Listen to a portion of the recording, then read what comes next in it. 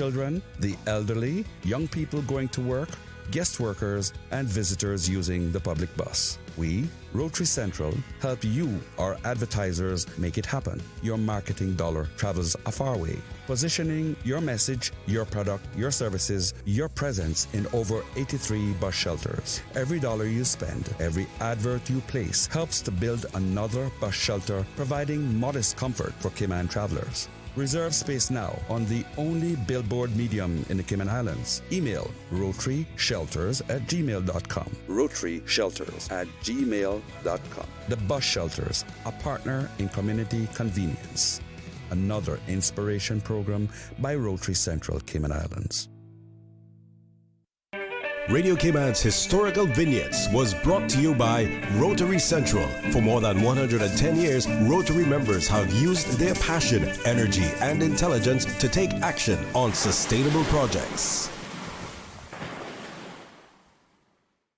Talk Today is brought to you by Subway, open 24 hours in Countryside, Anderson Square in Georgetown, and Centennial Towers in West Bay. And by the Ministry of District Administration, explore your history, explore your land, explore your sister islands. And Cayman Airways, call them on 949-2311 to book your nonstop flights to Los Angeles and Panama. And Doctors Hospital, peace of mind is important when life happens. Doctors Hospital, always there for you. Call 949-6066. Talk Today is also brought to you by Mike's Builders. Call 923-0706. Mike Builders. They make it happen. But I do have some questions. There are more questions than answers. Cayman Islands' foremost listeners' participation program. Talk Today. What's on your mind, Cayman? If you're ready to talk, we are ready to listen. Discussing current events and local news, community spotlights, hot topics, listener stories, cultural and historical discussions, environmental issues, fun and lighthearted topics, guest interviews. Cayman, basically anything you want to talk about, we are ready to listen. Here's your guest host, Charles Glidden. Coming up next on Talk Today, we hear about plans for the 50th anniversary of the University College of the Cayman Islands. And we'll have a good session of open mic when you can let us know what's on your minds. Stay with me. Talk Today is reminding you to avoid any statements or comments which are abusive, derogatory, malicious, or defamatory. Do not use indecent language or make any statement that is false or misleading. Call 1-800-534-8255, 949-6990, 949-8037, or WhatsApp us on 925-3261. And now, back to Talk Today. Good afternoon, everyone. Welcome to Talk Today. Well, believe it or not, the University College of the Cayman Islands is about to be 50 years old. And today we are going to be hearing about what's planned for that anniversary celebration, which includes hosting the Association of Caribbean Women Writers and Scholars 17th Biennial Conference. In the studio with me now to tell us about all of that are Dr. Livingston Smith, the acting president and CEO of UCCI, Dr. Stephanie Fullerton Cooper, Chair of the Association of Caribbean Women Writers and Scholars Conference Committee, and Natalie Urquhart, Director of the National Gallery of the Cayman Islands. Welcome to our studio. So Thank you. Thank you. I said, believe it or not, because when I saw the information about this 50th anniversary, I said, wow, UCCI is 50 years old? Yeah, Time goes real fast. In fact, it started in 1975 as a community college, or it evolved into a community college when it amalgamated some main schools, and then it evolved into a university college. And it's 50 years, and we're all so surprised how time goes so fast. Where did it all start? The location is... That's a very good question. We need to go to the archives. We're actually putting together a video that's going to speak to things like that, where we're getting persons who attended from way back when, who taught from way back when, and they're going to be talking about stuff like this. So the location, the earlier offerings and stuff like that, we're certainly going to be putting that all together and presenting that in video and print format. But the school has really gone from strength to strength over the years, hasn't it? It has. In fact, if you go back to its history, you'll see where it is now offering many different programs at the associate level, the bachelor's level, TVET programs, evening programs, graduate programs. And it's also thinking about the more current topics like sustainability, AI, and all of those kind of things. So it has become a strong institution. I can speak also about the faculty members has become quite, breadth that we offer there is very important. And so we are taking this celebration very seriously. And we have quite a few things planned. We started already. We have quite a few conferences. We had one recently where the Association of Caribbean Tertiary Association met right here, and we hosted that. We have a big conference coming in June. We have one coming in September. We have book launches. We have new programs we're launching. For example, we just launched an associate degree in cultural studies, which focuses particularly on the Cayman Islands. We have areas like sustainability that we are focusing on. We're talking about a church service, a marathon, gala. We're going to be interested in talking about our past students who are far and wide in the Cayman Islands and elsewhere. We're talking about a marathon, talking about... about the students, I guess you're going to bring in some of your stars that have done well definitely after graduating? In fact, we've started to be hitting social media now. All right, so we are looking at bringing back our past students. Many of them have done well in law and medicine, in the arts, in the practical subjects, and so on. And many persons seem not to realize the extent to which UCCI has really made a great impact. For example, I'm in my office, and who calls me, a student is calling from University of Manchester, who has just left UCCI, having done an associate degree, or they're calling from Bristol University or University of London, that kind of thing, or in the United States. So speaking about how the school has evolved, it really has, where our students leave UCCI with their degrees and they end up in the USA, Canada, the Caribbean schools, in the UK, and so on. And so we are saying to the community, we are making an impact, we're evolving, and we're going to make a big thing about this 50th anniversary. So am I right that the celebration, the observance of this anniversary is not just a sort of one-time event into a compact time, but stretched over months? You're going to be celebrating? Absolutely. I would dare to say we have too much to celebrate to do it all at once. So we are basically going to be doing a number of different events, as Professor Smith just outlined, over just about a 1-year period. So we're celebrating our 50th over an extended period of time, yes. And I want to, if you allow me, to talk about Culturama. Now, Culturama begins this weekend, and it has to do with the person involved in the arts at the university. We have over 25. In fact, we have over 40 students who are taking part in the celebration of Culturama. It started out last year. It was a big hit throughout the society, and we're doing it again. In fact, it's become a yearly thing. We have, for this year, we have dancers. We have the Pandemic Steel Band, and it will be at the Urquhart Theatre, May 17 and 18, this weekend.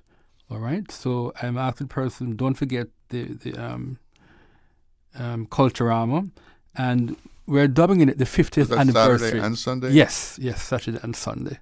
And it really is an awesome endeavor. I'm sure we're going to talk more about it as we go on. Now, what role is the National Gallery playing in this?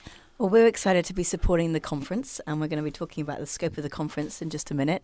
Both coming on board as the launch event host, sharing, what the National Gallery is doing, but also looking to share Cayman's wider cultural community and its achievements with the delegates that are coming to Cayman. And I think one of the reasons we're really excited to be involved, both in terms of the program of the conference itself, speaks very much to some of the work and research that we're doing at the gallery through our artists and our academics, but also to bring, to shine a light on what's happening in Cayman's cultural scene, whether that's through writing, whether that's arts, whether that's music, as Dr. Smith was just talking about, and how we can highlight that to our regional partners as well. Working to develop what's happening in Cayman with our students, but then sharing it with a much broader audience. And we're really excited to see what UCCI are doing to bring those delegates to Cayman to learn more about what we're doing here. So tell us about the Association of Caribbean Women Writers and Scholars. Oh, it would be my pleasure. It's a group of absolutely fabulous women, like its name suggests, that are from all across the Caribbean, but they are stalwarts in the areas of research and scholarship, and they are writers themselves. They choose to focus on writing about the Caribbean and the various ways in which the Caribbean is advancing. The group focuses particularly, but not only, on literature and creative writing. It also is very much into the arts and culture. And so a lot of these women are writing about the Caribbean through creative lenses, but also are analyzing the writings that the Caribbean produces. So it's a group that I was pleased to meet after having attended their conference 2 years ago in Costa Rica. And I was so very impressed by their intelligence, by their simplicity, by their embracing of everything and anything Caribbean, that although a number of them are professors at universities in the UK, in the US, etc., and also regionally, they were just so excited to celebrate the Caribbean. And I and my colleague, Dr. Erica Gordon, who attended that event, immediately invited them to come to the Cayman Islands, because we felt that that type of enthusiasm for culture and for writing and love of knowledge would be contagious. And we wanted to expose our students to that, and indeed the wider Cayman Islands to that. So they did agree. And on June 12 to 14, we are going to be pleased at UCCI to welcome this great delegation of ladies. I like to call us a community of skirts, although we do have and will welcome our male colleagues as well. But we're going to be talking on the theme Global Feminist Leadership in a Time of Crisis, Scholarship, Advocacy, Activism, Creativity, and Pedagogy. And like Ms. Urquhart said, we are pulling the Cayman cultural aspects into this. They want to meet our writers. They want to see our art. The National Gallery has been an amazing sponsor. CNCF representatives are on our planning committee, and it is a true amalgamation of the intellectual and the creative and the cultural. So we're looking forward to a fabulous time. Okay, we'll hear more about it. We have to take a break. Stay with us. We'll be right back. Indeed.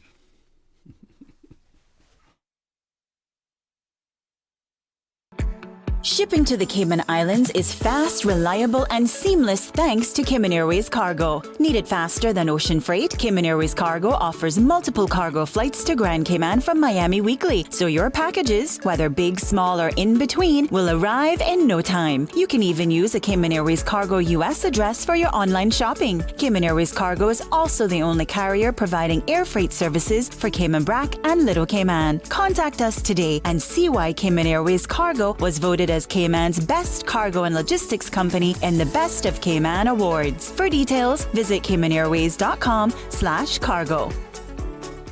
Stay cyber secure with Cayman National. Protect your computers and mobile devices with security software to defend against cyber attacks through viruses, malware, and other online threats. Be aware of unsecure Wi-Fi connections when in public. If you need to access your online banking or sensitive information on your mobile devices, try disabling the Wi-Fi and switching to data from your mobile network. If you suspect a fraud attempt, please contact our customer support team at 949-8300. The Lions Club of Grand Cayman is proud to continue to serve our island community. During the last Lionistic year, they successfully carried out community projects like the Prostate and Colon Cancer Awareness Campaign, sight screenings, spelling bees, swim meets, and their community food pantry. The Lions Club of Grand Cayman looks forward to continuing their service during the 2024-2025 Lionistic year and for many more years to come. The Lions Club of Grand Cayman, where there's a need, there's a lion, serving the community for over 50 years.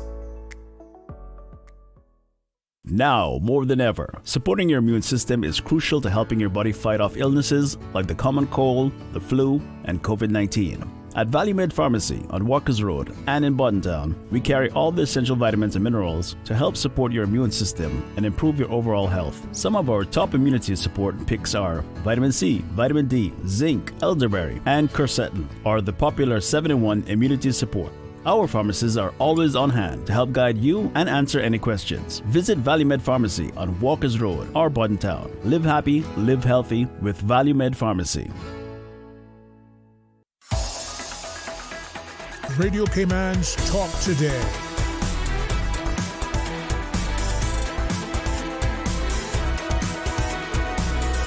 What is on your mind, Cayman? Welcome back. We're hearing about plans for the 50th anniversary of UCCI, and we're talking about the conference that will take place. Can anyone attend the conference? Or? Oh, absolutely. It's open to the public.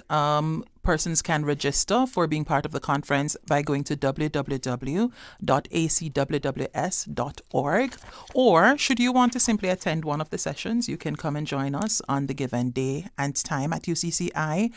Going to the website will be useful, as that's where the schedule will be posted. Persons will have a good idea of who's presenting when. I'm very happy to say that we're going to have quite a few of our Cayman independent scholars present. Also, several persons from UCCI who are doing research on Cayman are also going to be presenting. We're going to have Miss Natalie Urquhart presenting. Mr. Roy Bodden is one of our plenary speakers. Teresa Pitcairn, Cindy Scotland. We're just wanting to look at these phenomenal women of Cayman who have made an impact. Is there an overarching theme that... Oh, yeah. So it's about global feminist leadership in a time of crisis. So we're going to be looking at the various ways in which women of the Caribbean impact and respond to crisis situations and just how they have impacted the society and made it the way it is today. And I think, I was excited I got a sneak preview of some of the various presentations. And it really is quite a broad program in terms of looking at the impact that Caymanian women have had historically on the development of Cayman in various ways. So looking at the heritage-based impact as well as the present-day impact. So it's quite broad in scope. Obviously, it touches on themes that are international as well as local. And I think one of the exciting things, to speak to your point about ensuring opportunities for local speakers, bringing these conferences, and this is hard work, bringing conferences from overseas. We've all been on planning committees. But pleasurable work. It is. But it's so critical to kind of do that work and bring these platforms for dialogue to Cayman and then give the opportunity to our academics and creatives to be part of that dialogue. Right. Because this is about exchange with other writers and academics and creatives. The networking opportunities for Caymanian writers, and again, we say that in the wider scope in terms of the academics, the researchers, the women leaders, the women generally, and as you said, not just women, but it's such an important opportunity to engage with while it's here. Yes. And I think that's one of the reasons. The National Gallery being an academic space, we're a research institution with a collection. We're very, very keen to support that type of opportunity with and UCCI. If I could add to that, Nan mentioned about a conference brings together the scholars, yes, but it's the opportunity for networking. Being part of the discussion is critical. But also think about, if you were going to present, you can also get your work published, because that's also part of what goes on in these conferences. I'm impressed with some of the topics to be discussed, or the themes like gender. Yes. That's a big topic. Culture, I see social justice, for example, there. Religion, health. Yeah, I see leadership. And I know that there's a panel on women in leadership, all right, which I'm going to be happy to be part of. And so the themes are really very weighty themes and topics, and I want to encourage persons to not to miss this one. Absolutely. All right? And I'm happy to say that UCCI is part of it. I dare to say UCCI is leading it. Precisely. We're very proud of that Definitely. because it's also an opportunity for our Yes. students to jump in. We're not leaving them out at all. So we do have students who are offering free registration so they can be part of it. They're getting involved, whether they're at the hospitality school. The sessions that are related to health will invite our nursing students, and especially my students who are focused on literature and cultural studies. I'm pulling them in as well. So we want to ensure that we impact our students and they get a chance to rub shoulders, if you will, with some of these persons who are so impactful in the Cayman Islands and throughout the Caribbean. And I think it will be good for them to see themselves projected in these roles in the future. So we want to make sure the students are part of that as well. Right. So let's go through some of the things that I see on the list here. It officially starts June 13th? June 12th to 14th. So you have a keynote speaker. Yes.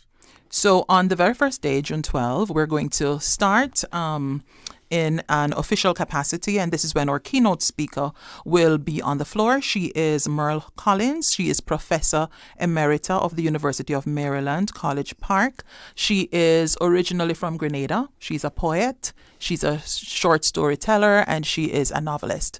And she really has impacted Caribbean writings in very overt and covert ways. As a matter of fact, her most recent publication of 2023 is about Lynette Little, Malcolm X's mom. I'm not sure if the first name might be Louise, but she has decided to take the little people, or the often overlooked people, if I might, and to put them on a major stage. And this is what I love about ACWWS. This is what I love about academia, that it's not just the large movers and shakers. It's about impacting in small ways as well. And so Merle Collins is so very understated. She's very simple almost, but she has a powerful reach. And so she'll be speaking and will be able to impact our students. I think Malcolm X's parents had some Caribbean connection. Oh, yes. Also, right?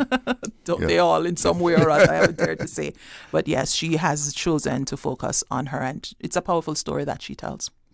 Okay, and Her Story, Our Nation. What's the focus there? So this is a plenary by J.A. Roy Bodden. I thought it was important for our delegates to understand Cayman's history and the role of the woman throughout. And so Mr. Bodden was invited to lead this discussion. He is going to be presenting during our lunch plenary, and he is going to be talking on this topic, Her Story, Our Nation, reframing women's roles in the making of the Cayman Islands. So it's going to be quite a bit on the socio-cultural and socio-historical aspects of Cayman, with a particular focus on the women who have made us who we are today. Okay. And the Cayman panel, Leading Change in Female Leadership.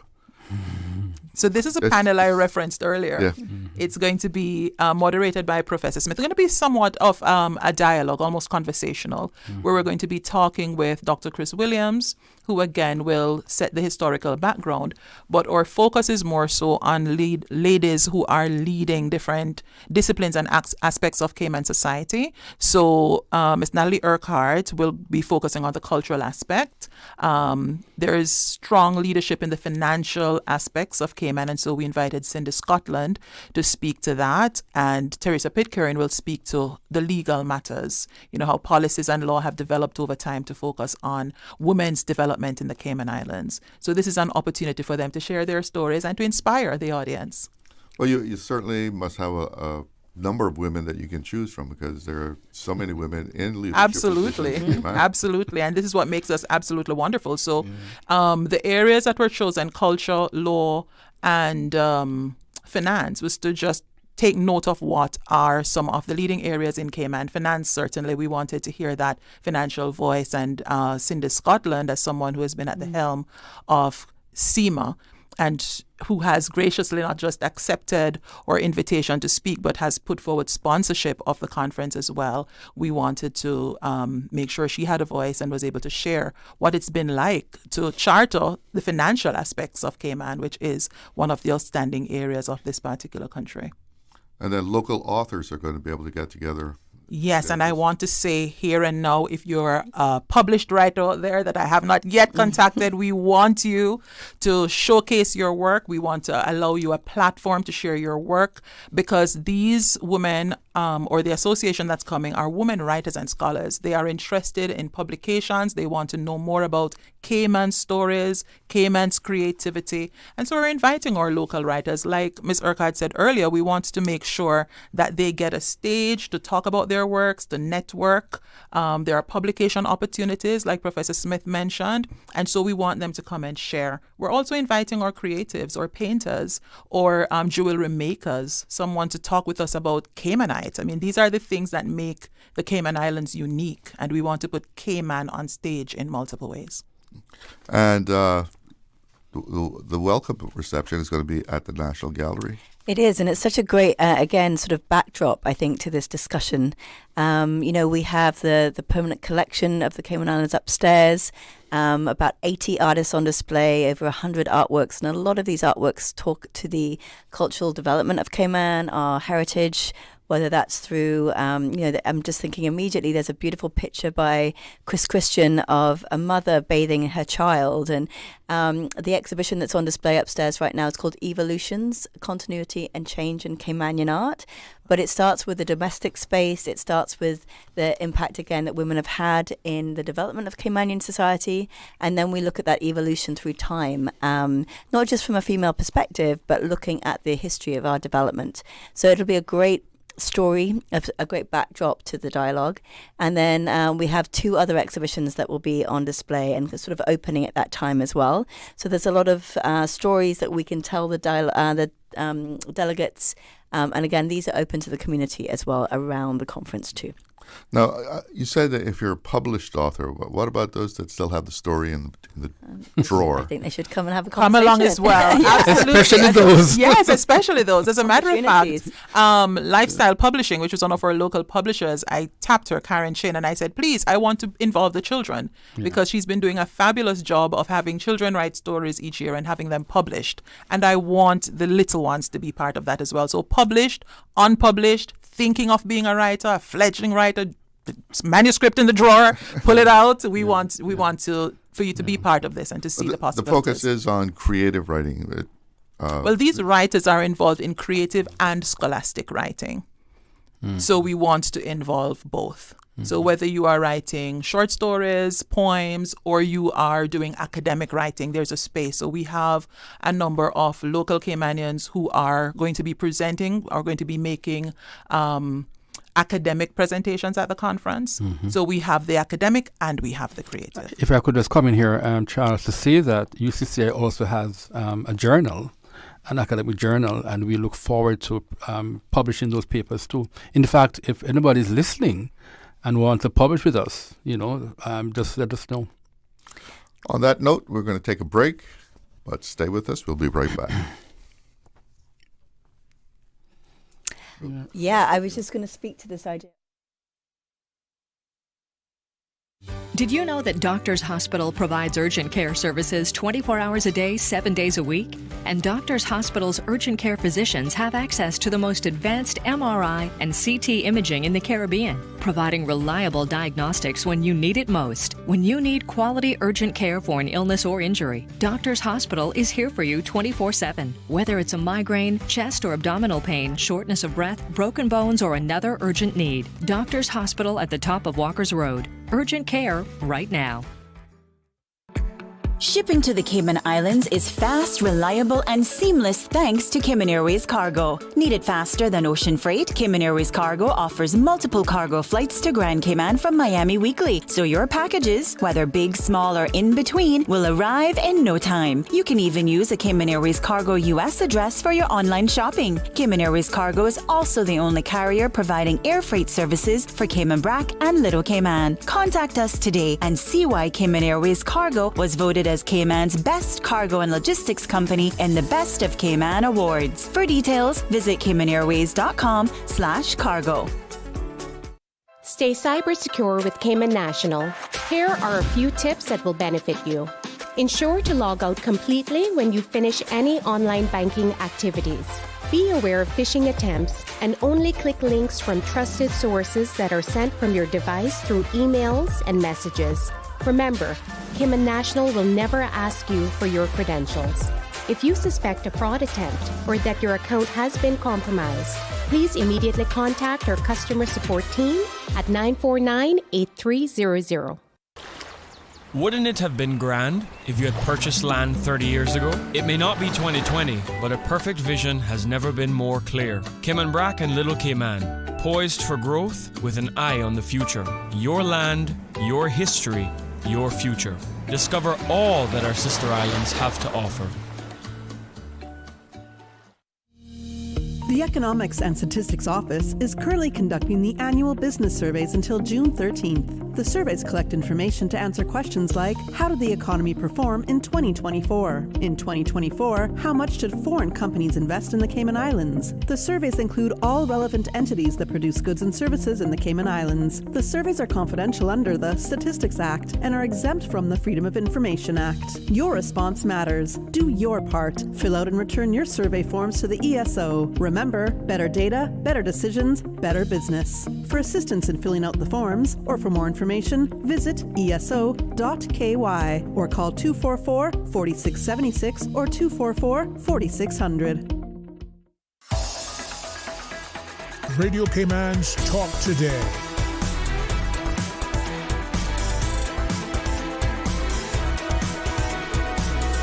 What is on your mind, Cayman?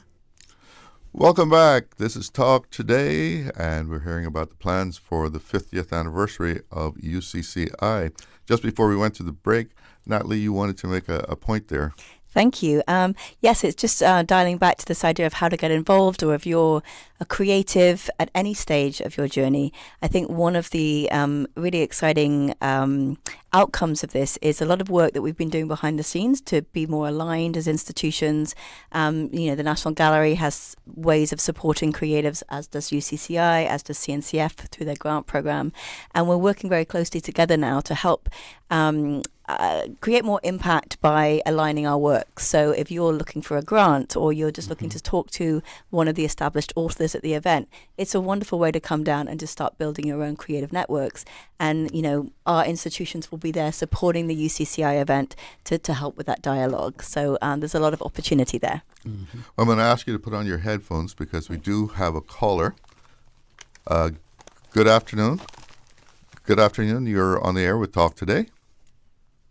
Today, I've just tuned in. I haven't tuned in from the beginning, but it seems to me that you're a big part of the focus of the conference, or whatever you call it, will be the work of Caymanian women, ladies. And I wondered if any consideration have been given to the Cayman Islands Maritime Heritage Foundation to contribute to this discussion, or whatever you're going to have. Who would like to take that? Okay, so the focus is on global feminist leadership. And like I said, we are looking at quite a bit of Cayman history. And that history is, the maritime heritage is a huge part of that history. So no, we have not reached out to a group that focuses on this specifically. But one of the things we're ensuring that we do is that we invite those persons who can speak to the Cayman history and can speak to the role of women in that history. And the women largely contributed to Cayman's development when their men went off to sea, and when this whole idea of the seafaring aspect of the Cayman history came about. So it is something we're going to be talking about almost automatically. Well, I think the Heritage Foundation, the Cayman Islands Maritime Heritage Foundation, I think would be a good platform to try to lasso into the rodeo there, and have some input from them, because as far as the ladies are concerned, yes, those ladies who took care of the home front was very important and helped to create the foundation on which what we see here now is built. Very, very, very much so. Absolutely. And if I can jump in and say hello, Miss Luxley. The National Museum are actually working, we've been supporting them at the National Gallery with a venue recently with Celebrate Cayman as well. They've just done the first of, I think, potentially 3 panels looking at this very topic. And it's certainly something that we're very keen to celebrate in our cultural institutions, both through art and creativity and then the academia. So there are a couple of those coming up through the National Museum as well in the next, I think, several weeks, and that might tie in really nicely with the timing of the conference as well. So that work is definitely being prioritized in various institutions, and we can make sure that is shared with the conference organizers as well. Yeah, well, I think that's important because, there was a lot of Caymanian fisher ladies. There's an aspect you very rarely hear. Well, we'll certainly reach out to you. I know I have your contacts as well. You know me, I'll be calling you. And if I can add a very quick short story, because we've done a few wonderful panels at the National Gallery historically around maritime exhibitions.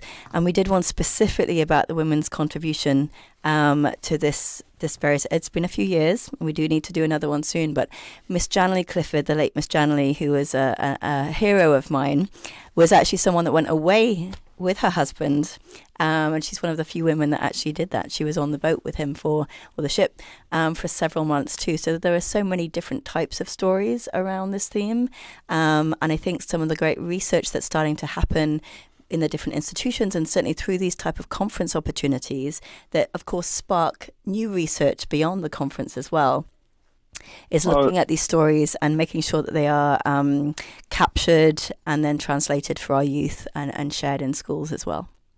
Yeah, just a quick thing here. That I guess would be the latest publication of the Cayman Catboat Club and Maritime Heritage Foundation. I think if you have a couple of those books on display there, it will probably elicit a lot of interest. Interest. Yeah. Absolutely. We'd love to make that part of it, especially the author meet and greet section. And if there were someone from the foundation who'd be willing to be on spot and to talk about this publication and anything else related to Cayman's maritime heritage, that's something we invite and we absolutely welcome. Okay, so you got a contact going there. Thank you. Thank you for the call. Okay. What does this do, the hosting of this conference, what does that do for the university as far as prestige, legitimacy? It does a whole lot. In fact, we have been hosting conferences for quite a while. In fact, we have put on some huge conferences over the years. And so this is just part of what we should be doing, thought creation and discussing big issues. And so when we heard about this conference, immediately we thought, we have to lead it, we have to be part of it, right? So I want to encourage persons who are listening, please don't allow this to miss you. Go and get registered. You have gotten the information. I can guarantee you it's our high-level presentations, the chances to network, to meet these people. What I always say is that a conference begins after the conference in terms of the person you meet and the conversation. Sometimes you meet persons that you become close with intellectually, all right? So it's a huge thing for us. But I also talk more about the 50th, broadly speaking, because so UCCI is now celebrating 50 years of existence, all right? And we're saying to the public, we have a large number of events planned for this year. I mentioned a while ago that this week we have Culturama, Saturday and Sunday. Tickets are available. We're talking about the UCCI dancers on display or choir on display. All right. So if you haven't bought a ticket yet, please go and get it. And of course, we have planned a marathon later on, a gala dinner. We have distinguished lectures coming up. We have events to do with new programs being launched and things like that. So by the time we end the year, the public will see the full gamut of what UCCI offers. But for now, we are just emphasizing the conference. So please go and get registered and be part of this event. 50 years on, yeah. Where do you see the college going, the university going? That's a really good question that we are thinking about at UCCI. Where do we go from here? And that has to be influenced by what we see happening in the world. What are the particular needs of the Cayman Islands going forward? All right, and that's why we're looking at the studies which have been done about the needs in terms of the skills that we need to develop in the Cayman Islands. We're looking at what particular programs we need to bring on. How do we need to shift what we're doing right now to make it more relevant?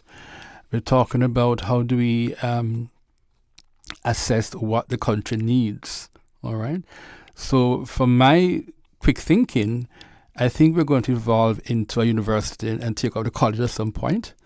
I think we're going to be offering more programs.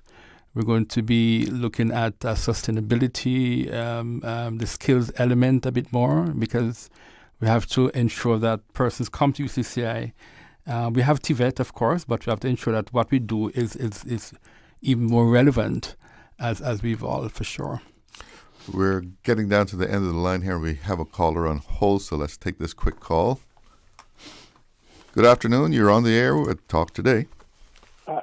Good afternoon, Mr. Glidden, and good afternoon to your guests. Good afternoon. Good afternoon. Good afternoon.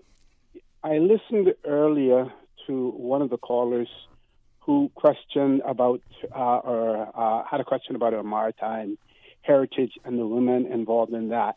And I'm a little perturbed or disturbed at the response that I got, that he received in relation to it. It was almost as if it was an oversight. It seems as if it was an oversight on the organizer's part in terms of including that and then passing him off by saying, well, we will be touching on that subject in, one way or the other during this event.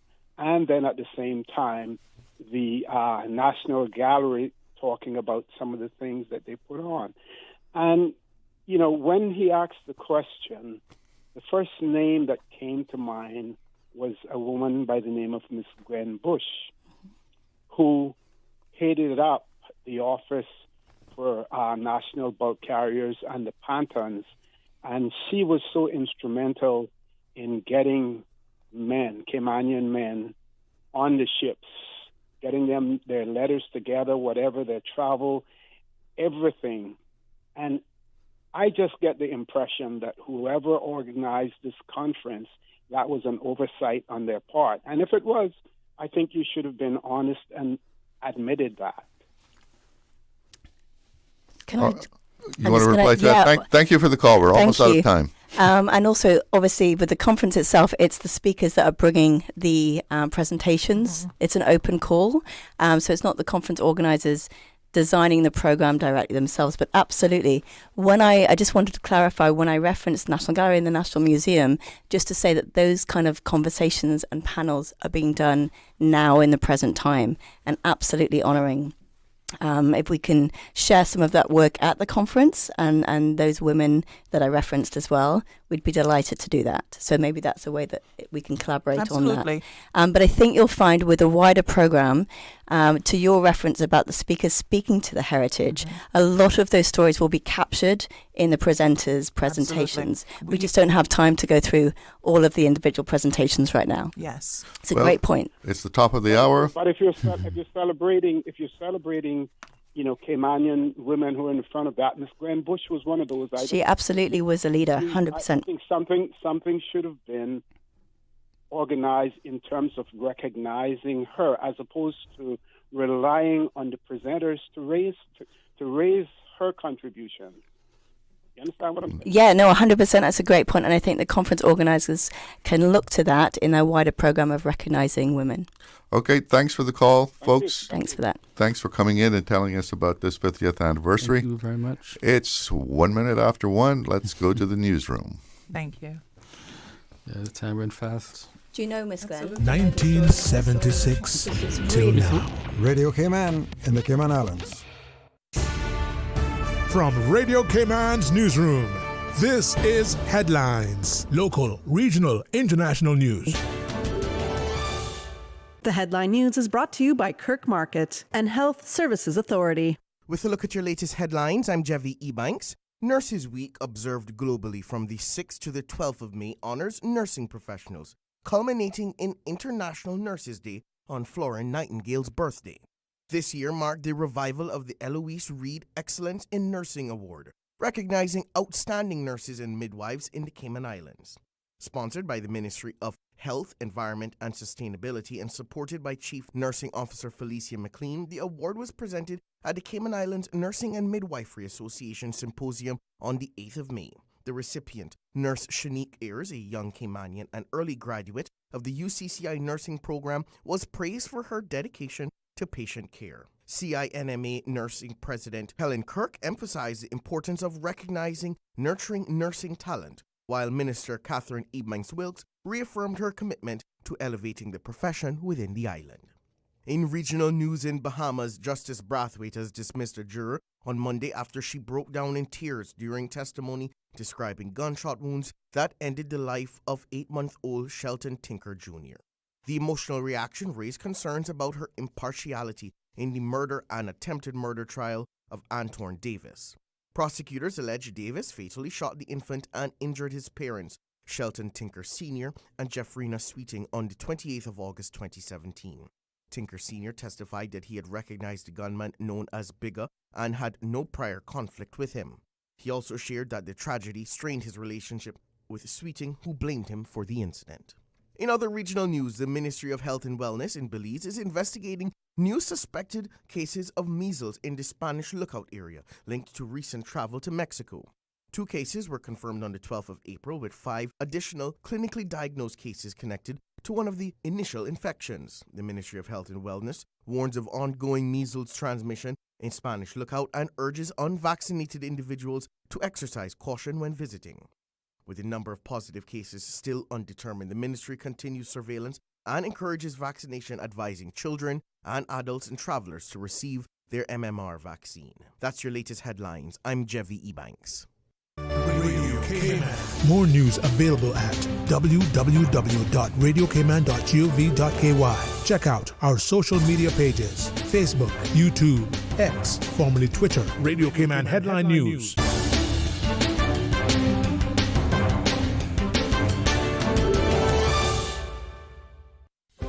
Do you have a healthcare question but not sure who to ask? Contact HSA's Patient Call Center to speak to one of our experienced clinical team members. We are here to answer your questions and help guide you through your healthcare journey. Need to make an appointment? Our team can help. Contact HSA at 949-8600 or email info@hsa.ky. At HSA, we are committed to caring for you.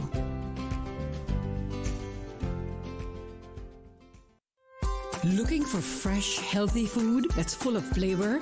Then you've got to visit Kirk Market. Our dishes are made with fresh, high-quality ingredients. Enjoy vibrant mixed greens or satisfying pasta salads. Or try one of our delicious grill options like blackened chicken, spicy beef steak, or grilled salmon.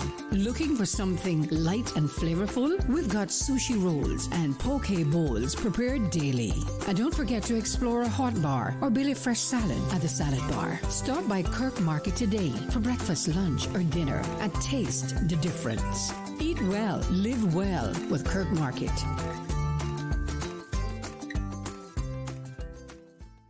Radio Cayman is pleased to feature this special Sister Islands historical vignette brought to you by the Ministry of District Administration and Lands. Explore your history, explore your land, explore your Sister Islands. Captain Keith Parker Tibbetts, MBE, JP.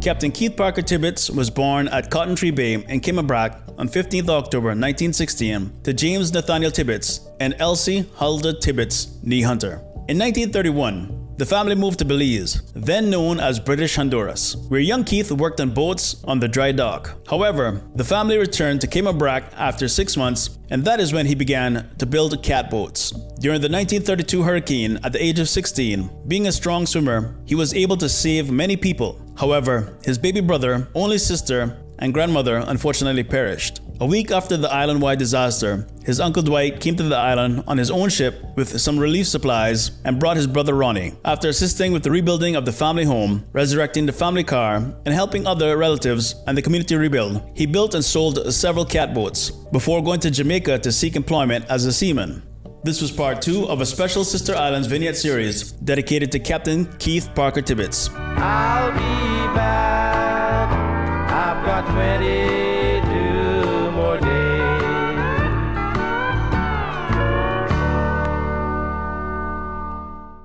Radio Cayman is pleased to feature this special Sister Islands historical vignette brought to you by the Ministry of District Administration and Lands. Explore your history, explore your land, explore your Sister Islands.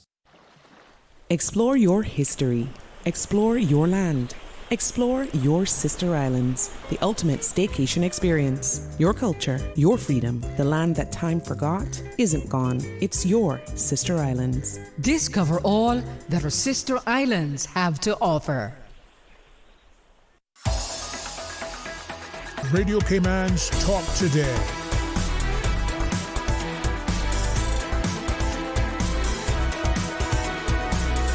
What is on your mind, Cayman? Welcome back to Talk Today. I'm Charles Glidden, and for the rest of the show, the phone lines are open. You can talk about whatever's on your mind. The numbers to call, the toll-free number is 1-800-534-8255. That's compliments of Flow, won't cost you anything. You can also call us on 949-6990. And if you prefer the WhatsApp, that WhatsApp number is 925-3261. You can either talk to us or send us a WhatsApp message.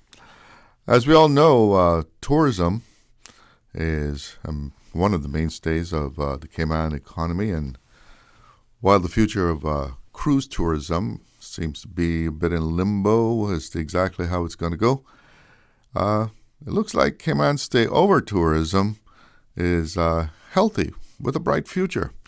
In fact, if air arrivals maintain the track that they're on, we could very well have a record-breaking 2025, or at least get back to our pre-COVID levels of air arrivals.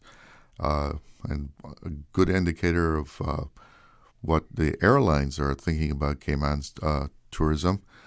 Delta Airlines is set to begin flights from New York's JFK Airport in December. That flight will operate for the winter through April on a weekly schedule. Another winter route for Delta is Detroit, Cayman. It's been more than 10 years since Delta operated JFK to GCM, and the Detroit flight was shut down due to COVID.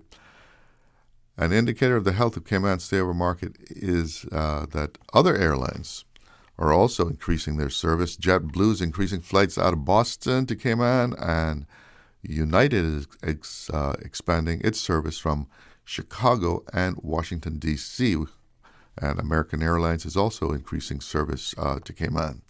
So stay-over tourism looks like it's in good shape, and those increased flights mean the airlines feel positive for the future of Cayman's market, because believe me, those major players, they're not just going to put in, flights to Cayman just because they love us, even though they should. If they don't feel like there's good demand, a good strong demand for flights to Cayman, they're not going to put any flights in.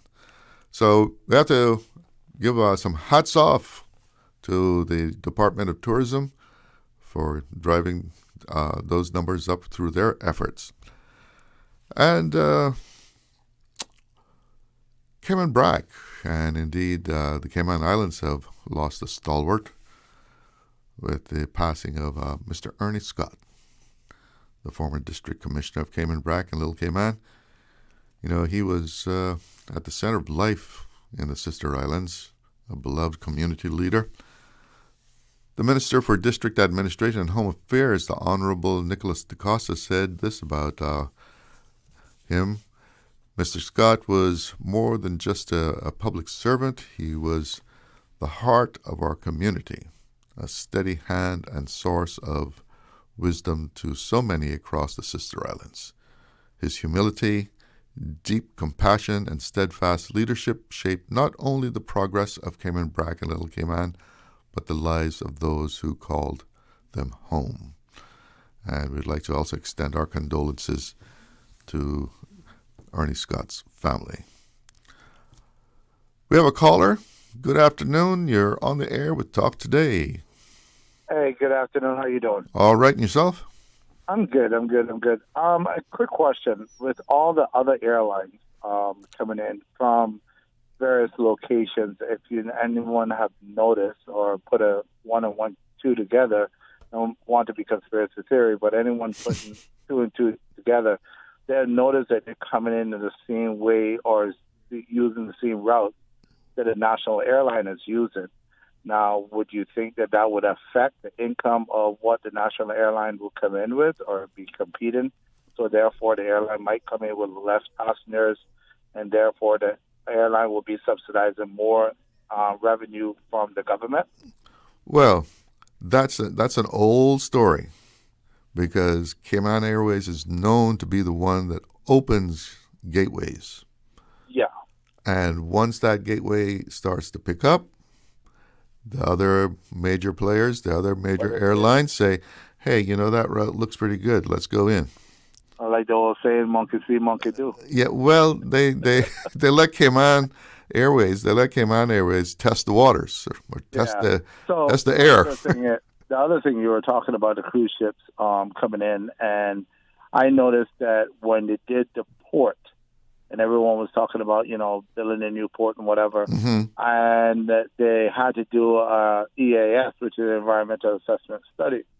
Now, once they spent hundreds of thousands of dollars on the EAS, and which is fine if that's what is feasible, people that were building the walls so close to the ocean on 7 Mile Beach would not plan and allow them to do an EAS study to see if that would have been an environmental impact assessment study on, and if that was the case, if planning said, okay, or the EAS comes back and said, no, if you do this, this is the effect, and you build it at your own risk. So now you turn around and build a wall, and you cause erosion. Now it's up to the owner, not the taxpayers, indirect taxpayers, to pay to bring that beach back.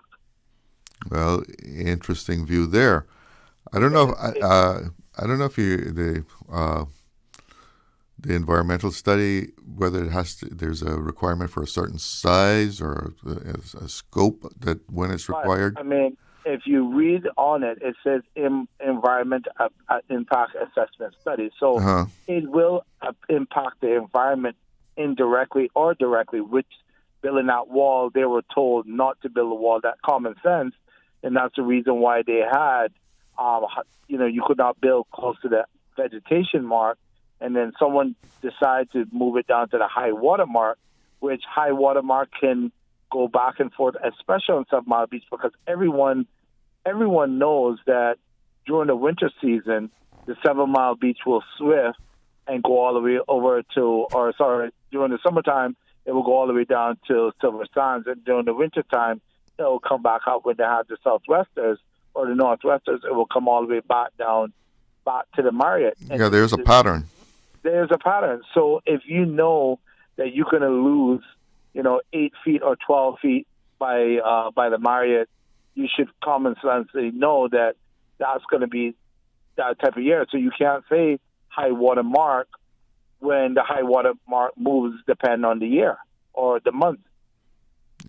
It's not a stable high water mark, if that makes sense. Yeah, well, it makes a lot of sense. But, I think maybe just planning just didn't do enough to make sure that those walls weren't put too close. But I don't know whether they didn't have the authority, that the law didn't have enough teeth in it. But here's the thing, right? It messed up. Here's the fun part is if you build a patio or you want to build a patio on the back of your land all the way up in North Side or in town, it takes planning 6 months, 8 months before you even get a rate card before you do so. Yeah.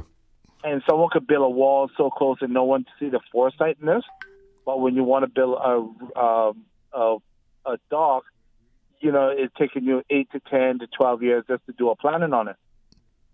I just don't understand that. And then now, if you bill in, for example, they decide to build this dock, and you bring the people in two ships at 8,000 people a pop, which is 16,000 average, where are you going to put them? Because there's no beach to put them. Public beach is pretty much not existence anymore. Mm-hmm. There's what the little patch of beaches got left is Governor's Beach. So what beach are you going to put them? You can't carry them down by the Westin. You can't take them down to the Marriott because that don't have no beach. You can't take them down to the Ritz-Carlton because they won't allow you. So where are you going to put all those people? Good point. And pretty much Georgetown is shut down. There's nothing inside the Georgetown, for besides jewelry stores. So there's no entertainment for the people. And if you're thinking about, we're going to take them to Sandbar. Right now, if you go to Sandbar, you don't have enough space for boats to come in. Yeah, well, I've seen articles and so about overcrowding at the Sandbar. It's way overcrowded, and there's no police in there. We used to have a gentleman from DOE, Mr. Ivan, that used to be out there to make sure everything was regulated. He's no longer there anymore. Yeah, there used to be, they would set a limit, right? Yeah, but there used to be someone to monitor that limit, right, which was Mr. Ivan from DOE, but he's no longer there because they found no need for him, which he was, when he was there, he made sure that everything was regular, that was monitored and everything else. So I'm not sure where you're going to put 16,000 people, and not including that, there's 2 ships. So you imagine when the smaller ships come in too, so you might have 22,000 people. Are they going to limit it? Yeah, not to speak all those people coming into Georgetown at basically the same time. Right. So you're going to shut down Georgetown. No one's going to be able to go downtown. Well, that is something that all those logistics is something that has to be put in place. Yeah. How do you handle these people and make sure that it's a good experience that they're having? But you see, that's the thing, respectfully, right? They're talking about bringing in the port, and everyone's saying, "Oh yeah, bring the port," or some people are saying, "Bring the port," but no one has planned out to say what's going to happen. I mean, I've been in tourism most of my life. My father was one of the first taxi drivers on the island. Mm-hmm. So, and I started off at Bob Soto's and Don Foster's and all the other places. And where are you going to put these people? And I have nothing against, vitalizing Georgetown and nothing against bringing in more ships. But where are you going to put the people? Therefore, if you bring in more ships, you're going to have more cab drivers. And all the cab drivers, once you bring in more, you're going to have more cab drivers. And once you get more cab drivers, they're going to go, we're not making enough money. That's when the hustling starts, and you got to be after tourists that get my cab. And I mentioned it the other day that back, before COVID, when cruisers were at the height of the cruise industry here, you would have so many ships in the harbor, but when you went into the stores, you say, "Oh, look at all the tourists here, boy! Plenty of money is being made today. Money might be made, but there were so many people in the stores downtown that they couldn't give good service. Right. It was just so crowded. They couldn't really give the kind of service that they would want to give because it was just too much to handle. Right, and that was before COVID. Now look at how many stores are left downtown. Downtown is basically a ghost town at any given day. Only thing that's downtown that is there is the jewelry stores. That's it. Remember, they used to have Senior Frogs, and at one time they had Margaritaville, they had Hard Rock, and all of these places are now gone. Yeah. So, I mean, there's no entertainment. Margaritaville used to have an entertainment. That's a ghost town after COVID. So, what entertainment value are we going to give these people when they get here? Are we going to take them all the way up to Rum Point? Are we going to? I guess we're going to have to figure out the first idea was to use Bacchus Beach. What are they going to give these people as an entertainment? Good question. So you have to look at entertainment value. When they go to Jamaica, they have utmost more entertainment. They got Don's River Fall. They got everything. They got Plymouth. They got everything for Jamaica. And regardless of what people may say, Jamaica has entertainment. We don't, because everything that we had for entertainment has been closed down. So that's just a food for thought. Well, thank you for the call. All right, no worries. Take care. Well, there you have someone who's involved in tourism. The question is, you build that pier and have all those mega ships coming in. How do we entertain? How do we handle those crowds that will be coming off of those ships all at once? Those are the kind of logistics that we have to go into when we talk about building those a pier for 2-3 ships to come in here, mega ships, to be docking all at once. We have another caller. Good afternoon. You're on the air. Hey, good afternoon, Charlo. Dominic Ebanks here. How you Yes, Dominic, how are you? As I always say, any better I couldn't stand it. Always, we're in the most precious place in the world. I tell you. A diamond amongst the stones, right? It's hot and it's a place to be. For how long, we don't know, but obviously we got to keep it this way. Your last caller, he spoke so good into detail about, all of these affecting factors, because obviously you're talking about adding something, and then, of course, it's that ripple effect that goes through, more cars, more taxes, more. Mm-hmm. And then at the end of the day, the one thing that we increased it for was for you and I to make more money, but now that doesn't seem to happen. So when you listen to exactly what he said, it leads you back to the big issue of immigration, because we have a situation where we have too many new Caymanians, and then we have too many people going down to the, trade and business and applying for these businesses. And of course, we do have that issue of the work permit issue. But again, I keep saying that is something that we can definitely control, right? Because work permit people are not allowed to take out business license. So this ripple effect of the tourism thing, it's good to hear that, stayover tourism is increasing. But let's not forget that most of the sort of the other businesses that are gained from that, most of them are already there. There'll be, restaurants and so forth shall increase their business. Hopefully that's a good thing. You got other areas as well. But the water sports industry, like what he was talking about, Stingray City being full.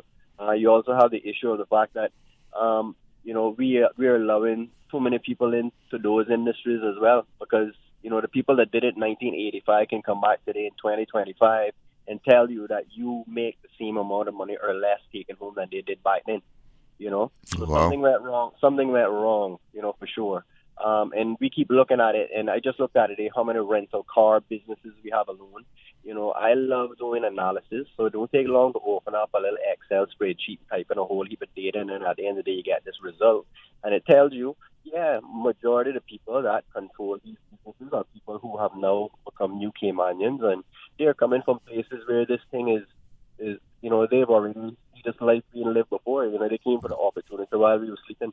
But, Charlo, I just wanted to add to that last caller and just to say that our immigration issue, and especially regarding, Cayman statuses and so forth like that, is the number one issue. And I've been saying that before the election, and I'm still saying that afterwards. Well, the new government says it's at the top of their priority list.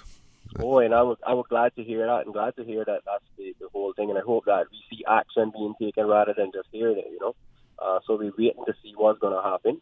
And, of course, it'll be a ripple effect. People will have to make change. Charlie, I remember I used to have one particular business, and because too many of those businesses came along or government changed some policy, I had to move along and open up another business. So some places will close down and others will open up, just like we see in Georgetown right now. The caller talked about Georgetown being dead, but, the evolution goes on. We will soon see some entertainment back up in there, whether it be in the day or the night. How it will come and who will bring it, we wait to see, right? But, it can be done. Mr. Dart showed us that he could build a whole new city. Instead of bringing new business, he sucked all the life out of Georgetown, took it down to Cayman Bay and kept expanding it, and every business that owned a building in Georgetown were willing to sell it and go pay rent to landlords. So that tells you something else wrong with the cost of maintenance or something, right? So it just goes on to say that at the end of the day, I'm quite sure if they hand Georgetown over to Mr. Dart, he'll do something with it too, or somebody else. But, it's always been a place of collaboration. It wasn't just owned by one person. It looks like many businesses came together and formed a town, It wasn't owned by one individual. It may have been governed by one government, but it was owned by many. Unlike Cayman Bay is full of tenants, but there's one landlord, right? So I'm not going to stop there and give yourself a chance to say something, and you all have a safe and blessed afternoon. All right. Well, thanks for the call. You have a good day. We have another caller on the line. Good afternoon. You're on the air with Talk Today. Hello? Good afternoon, Shalom. Good afternoon. Yes, sir. Yes, I don't have much time there. You're coming up on a break. Well, you know the show. Maybe I'll hold on. Chapter. A lot of people, the referendum thing, first of all, was very inconclusive.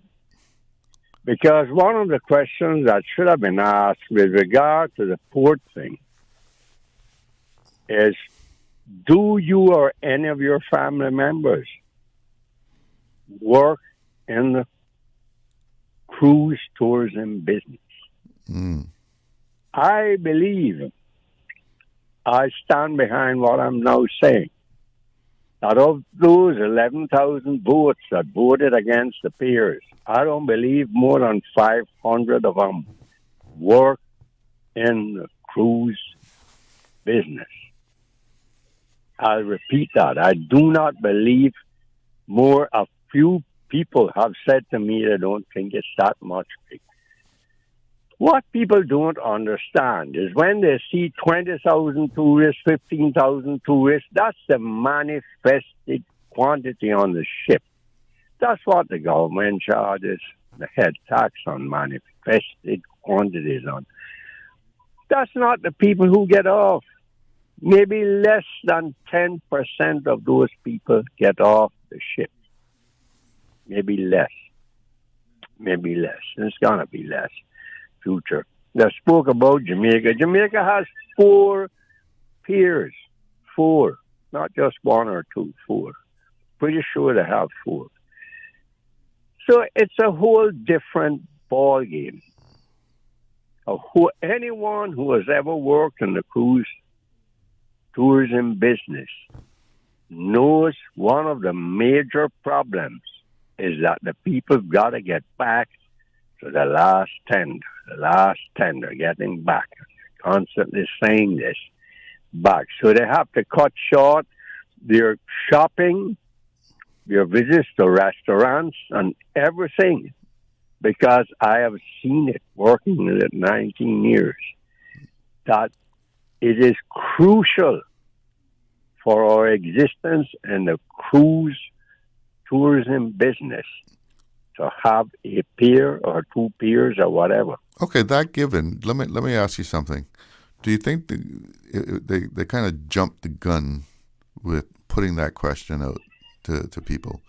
Because a lot of people said, it's been around 20 years. Yeah, but I don't know what the plan is. A lot of people that I heard saying, what's the plan? What am I voting for? You're not telling me. They haven't listened. It's been around for 20 years. But no specific plan has now been put forth. Studies have been done. They have talked about it. They have talked about building it with the systems. But is it going to be in Red Bay? Is it going to be off Northwest Point? Yeah, is it going to be in Georgetown? No, they don't care. Many of the people do not care. They don't want the pier. They don't want it. That's it. It's a highly political thing. I'm willing to put my nickels on the line for that. You've got to realize that the people who do tendering make a lot of money. Well, you cannot deny that fact. A lot of money is in the tendering business. We get a lot of people who are very old, and many people who are disabled physically in some sort of way, and it takes a lot of time to deal with them. And the one thing over the many years I've been just the cruise tourism. Been involved in tourism for over 55 years here. Been with the hotels and the condominiums and rent-a-car businesses. But cruise tourism, 19 years straight, they're constantly asking, when are you going to build piers? The other islands have piers. And, they're uncomfortable coming off. We have to take special care with them. It takes special time. And they don't have the time sometimes to really have a good experience because they have to be rushed back. And this is not what I'm asking. It's what I'm telling. And anyone who is in it... I know you're right. I mean, that should be able to admit a cramp in the whole style. As a fact. And this is one of the major problems. We know about this. We knew. We've talked about it for years. That's our problem. We talk about things, they don't listen. And then some people take it politically. Some are new Caymanians, some are new young people. They're only involved or want to get involved when there's some kind of a cause. It sounds nice. It sounds liberal and very beautiful. We get involved in a cause, and that's it, But we have to face up to the fact that there are 5,000 votes for the piers. That's a lot. Also, we've got to understand, as they were saying, and we have to admit this, there are many of the people working in that cruise tourism business who are not Caymanian. So they couldn't vote, but they have a stake in it. They have a stake in whether they work for the tour bus, whether they're driving a tour bus, whether they work in a gift shop, or a bar or a restaurant or whatever. It's a lot of business in it. A lot of life depend on it. And a lot of things are interconnected, right? So this is a fact. I'm telling you. But listen, you know that break you were talking about? Yes. I know that. But thank you for the call. I got to move on. I stand by what I said. I know you would stand by what you say. I totally believe that. It's a lot more to it, believe me. Good. Thank you. Thank you for the call. We have some callers, but we're going to take a break and then come back. And callers, just hold on. We'll get to you.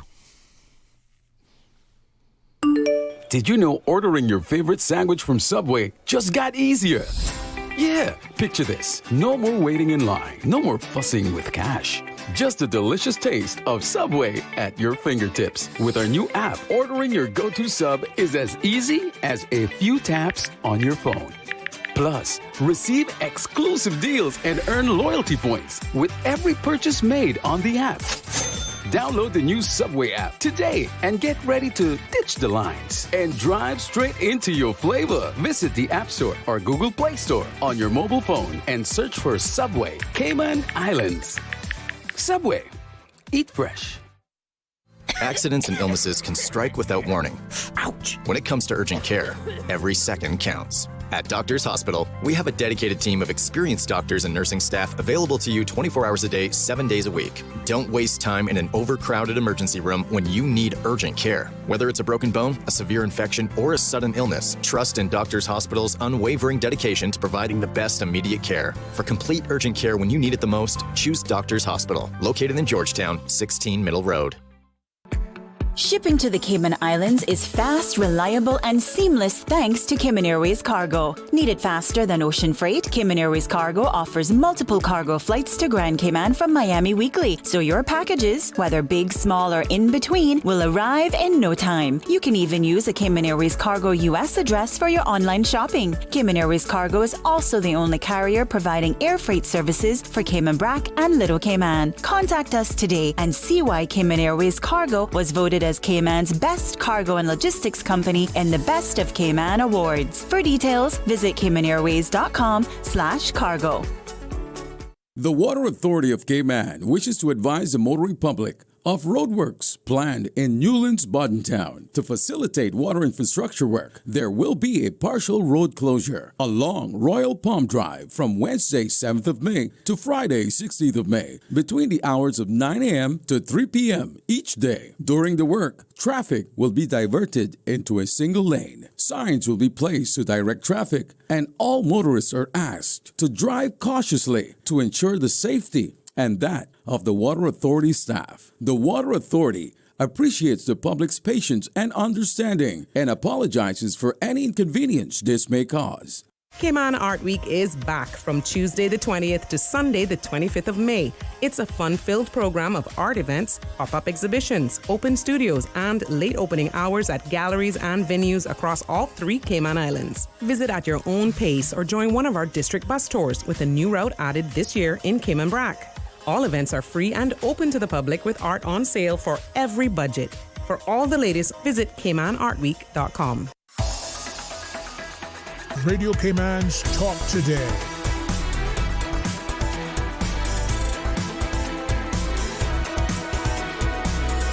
What is on your mind, Cayman?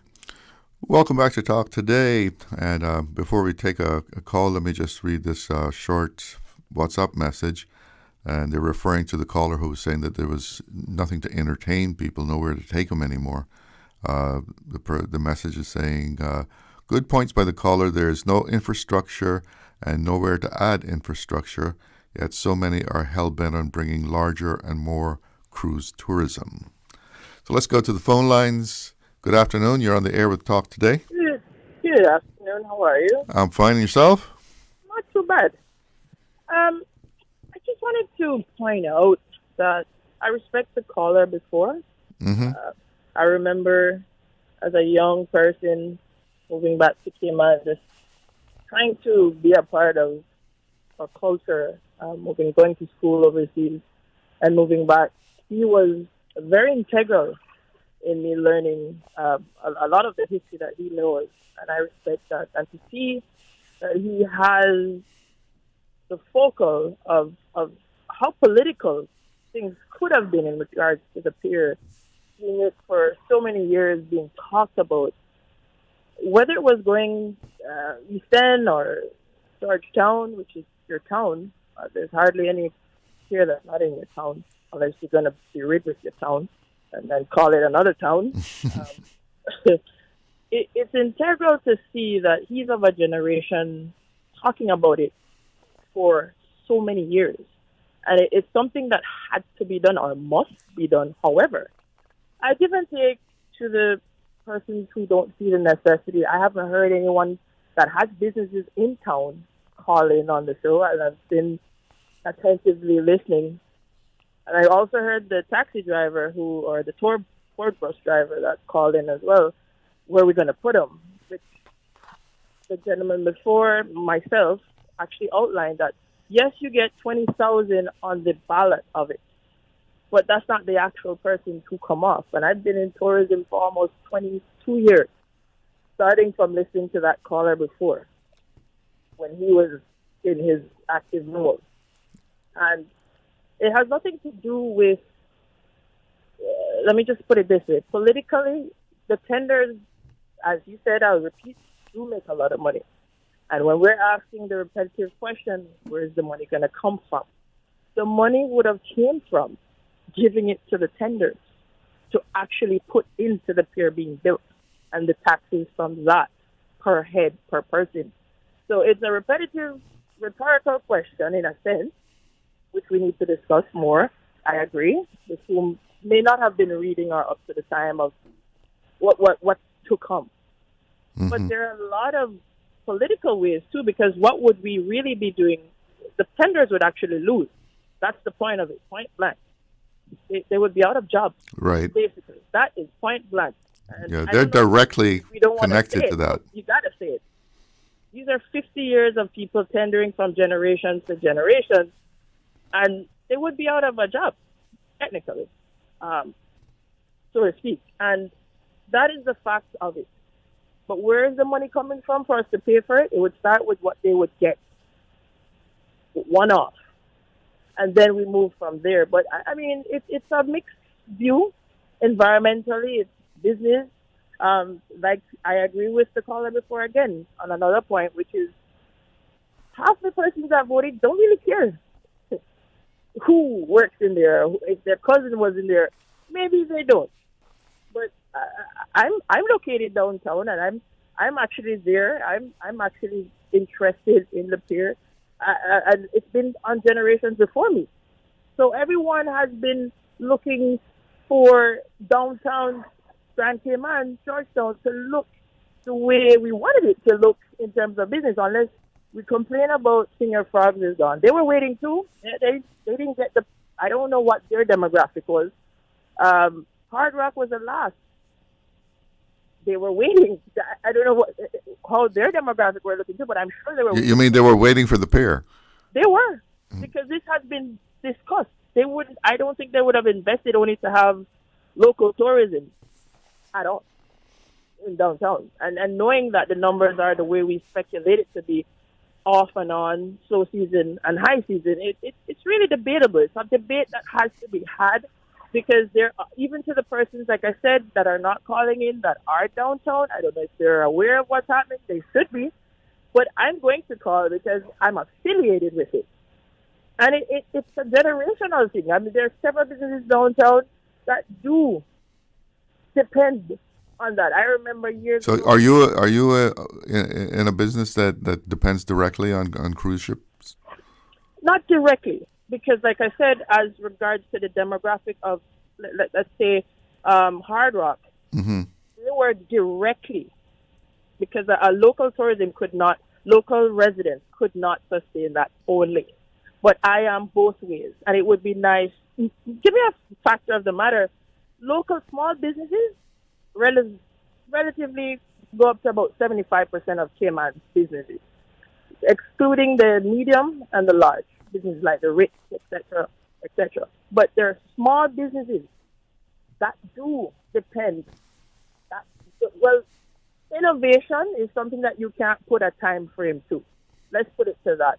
And I would love to see persons that, if the pier came, they would creatively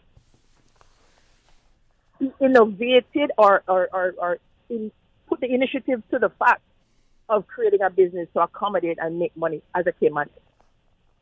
Because you can't just wait for them to come to you. You have to be creative along the way. And there are people who are willing to be creative, even if they lived in East End, to have business, even if they couldn't get them to East End. You have to make money, put money out there to make money. You know, money makes money. That's for sure. You know, so yes, nothing's happening now, but that doesn't mean there's nothing to happen, or you shouldn't see priority to happen in your town area. I mean, I've gone to Bahamas. I stepped right off the boat, and the thought of it, we're talking about tendering, but at the end of the day, we're going to encourage nightlife. Nightlife requires more security. Nightlife requires more persons stepping up to their plate, restaurants opening longer, different shifts. It's going to elevate a lot of things. We're looking at all the negatives, yes, and I will never compete with the environmental part of it, which is another day maybe I'll call in. But as for the entire business perspective and the business model of what you need or what we would need, it's like a crasher, you know, so to speak. Because you might as well move your town if you're expecting that everybody's going to move out. And there's always going to be down there, and you're satisfied and okay with the 5 o'clock, there's nothing happening in Georgetown. That's not okay. It's not cool for your town to be dead after 5. I've seen it where it's been lively after 5, and I've lived to see it now being dead. But as a young Caymanian, young enough, I don't want to see it continue that way. You know, it's something to think about. The question could have been asked another way. Don't get me wrong. Yeah, I think that is the problem with how that question was put. Yes. And I keep thinking that maybe they jumped the gun on it, because people are like, okay, you just want me to write you a blank check for this, like, you know. No, and I mean, whether it was whomever initiated it, it's not a matter of not needed. I've heard the pros and the cons of persons who come on to the show, I guess a couple months back before the election, and I understand what they're saying.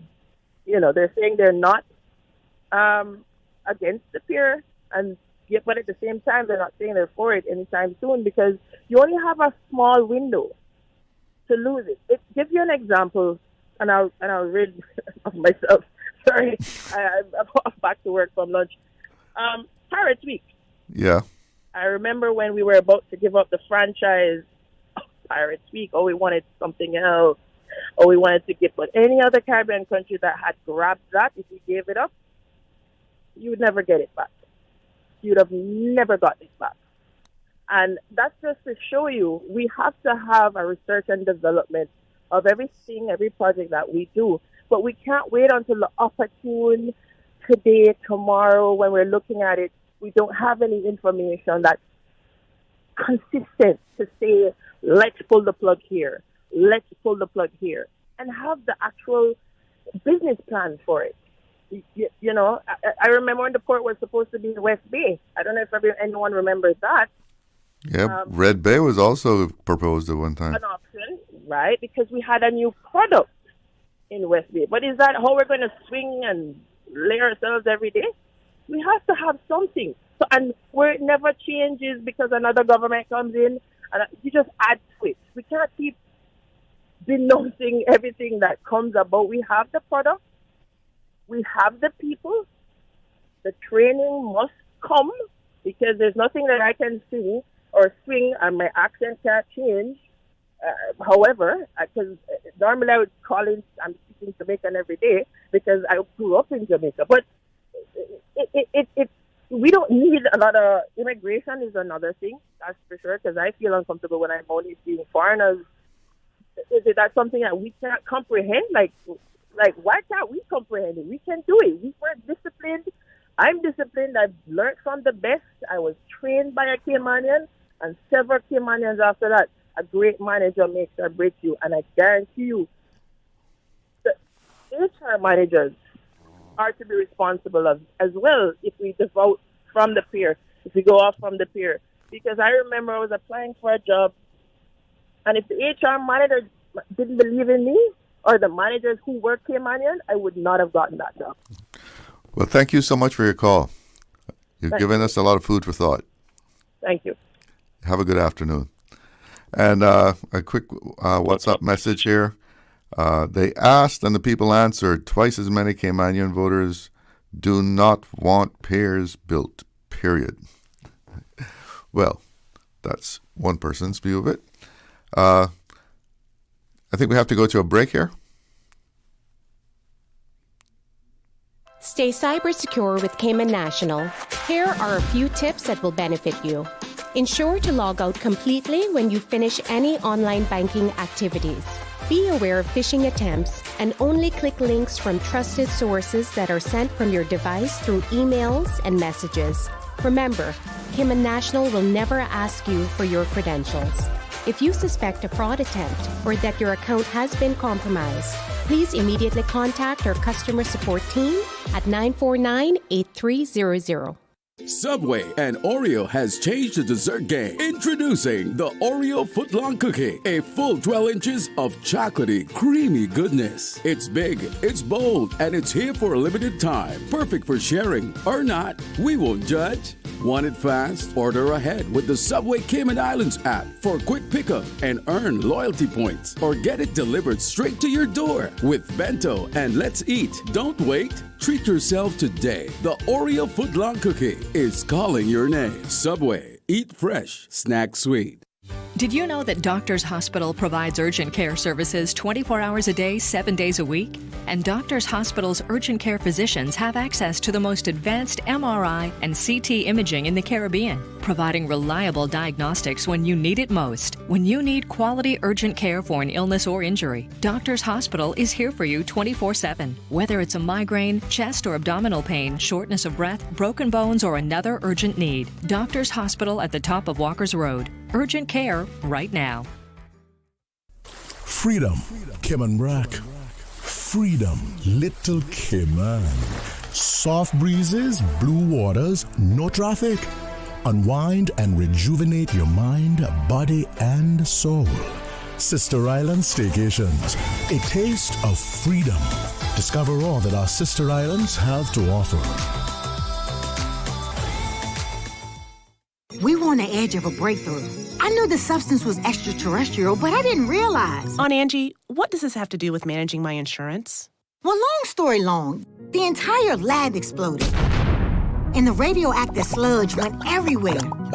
I ended up in the hospital for a few weeks, but I was able to manage everything with the CG Online portal. The online portal. Safe, convenient, simple. CG Britgay. Good like that.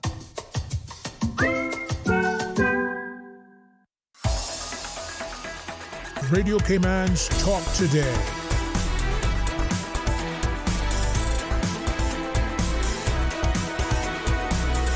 What is on your mind, Cayman? Welcome back. Before we go to the phone lines, let me read a WhatsApp message here. This one is again about the piers. It says, apart from having no harbor protection, Georgetown has no room to expand to accommodate a greater influx of passengers downtown. All the beautification works taking place in the center of town would have to be ripped up and certain streets closed off to regular traffic. This would only be chopping off your hand to save your fingers. Let's go to the phone lines. Good afternoon. You're on the air with Talk Today. Good afternoon. Good afternoon. Yes, how are you doing? Hello. Hello. You're on the air. How are you doing? Yes. Good. Are you going to do a 2 o'clock on news break? Yes, we are. Well, I've been waiting 17 minutes, so I'm not going to be able to say what I want to say right now because it's 1:53 right now. I'll just hang up. Thank you. Okay. We could call back after the news. I'll see how it goes. I got to go to work too, you know. Oh, okay. Sorry about that. All right. I'll think about it. All right. Okay. Bye-bye. Bye-bye. Bye. Bye-bye. So I think we have another caller. Good afternoon. Hello. You're on the air with the Talk Today. Can I go? Hello. Can I go? Yes, you're on the air. Okay. Now, I must say I commend the people who opposed the idea of having a pier in Georgetown. Why is that? They did an excellent job of supporting their belief, their desire not to have a pier down there. But they were wrong. Because okay. I remember, I think it was Kathy Church at a meeting in Prospect, at the Lighthouse School, I think it was. Mm-hmm. I was there, and she was saying, who's going to compensate her for what she will lose? Now, she assumed, for some strange reason, that she would lose business if the pier were in Georgetown. I don't know if she came to that conclusion, but a lot of people supported that notion, the thought that there should be no pier in Georgetown. They said it would be impractical, but then over the couple of years that elapsed, they found lots of reasons why they thought.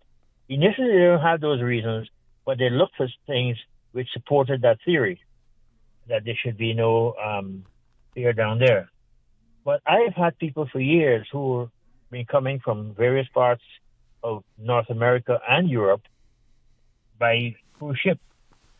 And I'm sure that my folk aren't exclusive. I mean, there must be hundreds of other people who came, but lamented the fact that they could only spend about an hour and a half to 2 hours, and they have to be in Georgetown proper, otherwise they would miss their ships. The cruise ships would, more cruise ships would bring more business, and it would be our challenge then to manage the businesses brought. Not say if it came, it would be too much business for us and we couldn't handle it. That's an impractical way, in my opinion, of looking at things. So I believe that the pier would have. I mean, the Bahamas has a pier, Jamaica has a pier, and other places I haven't been to. I've been to those two places, and other places I understand have piers. Well, no doubt about it. Just being able to step off onto a pier is much better than having to be tendered. Yes, but a few of the tender owners, the owners of the tenders, would have had a job, a bit of a hassle in sort of redirecting what they had and making money elsewhere. But it is my belief that for every person it inconveniences, it would enhance the lives of hundreds more. That is my belief. Downtown has, as one lady said, I think the lady said, had the jewelry stores, and that's it practically. I know a gentleman was saying. Yeah, they're talking about a lot of restaurants have gone and so forth. Yes. So now, what we do when we get the pier, we then reestablish restaurants and places like what's this? The Hard Rock. The Hard Rock and stuff like that. We encourage people to come and who were here before and set up again, so we can have entertainment for those people. But mostly, those people don't come exclusively for that. They come so they can tour around a bit and have a longer time to see the island, rather than run through Georgetown for the stores they have there. And there are lots of stores downtown, but they also have the same thing: jewelry, watches. Yeah. So it is my belief, and I was a bit unhappy when I found that too many people did not support the notion of putting a pier downtown and the Georgetown Harbor there. So, do you think it would have been different if there had been some kind of specific plan, though? Something that you were putting to the people? I mean, where it's going to be, how much it's going to cost, who's going to pay for it? Well, that there was something in place? Just days before the elections / referendum, I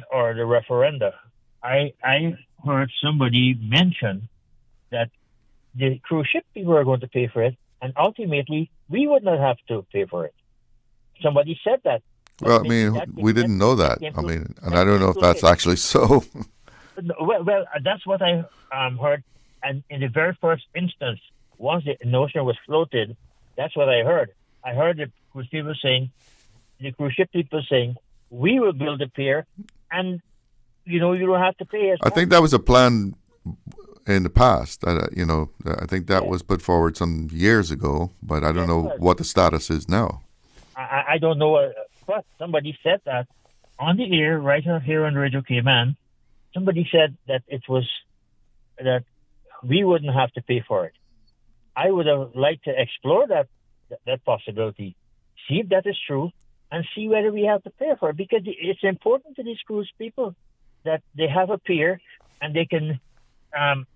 People feel more satisfied with every place else they go. They can come off and they can spend at least 4 hours. Mm-hmm. Browsing and you can come and go to the ship. It's easy to get on and off. That's right. You forget something, you can just pop back on and get it. And that's right.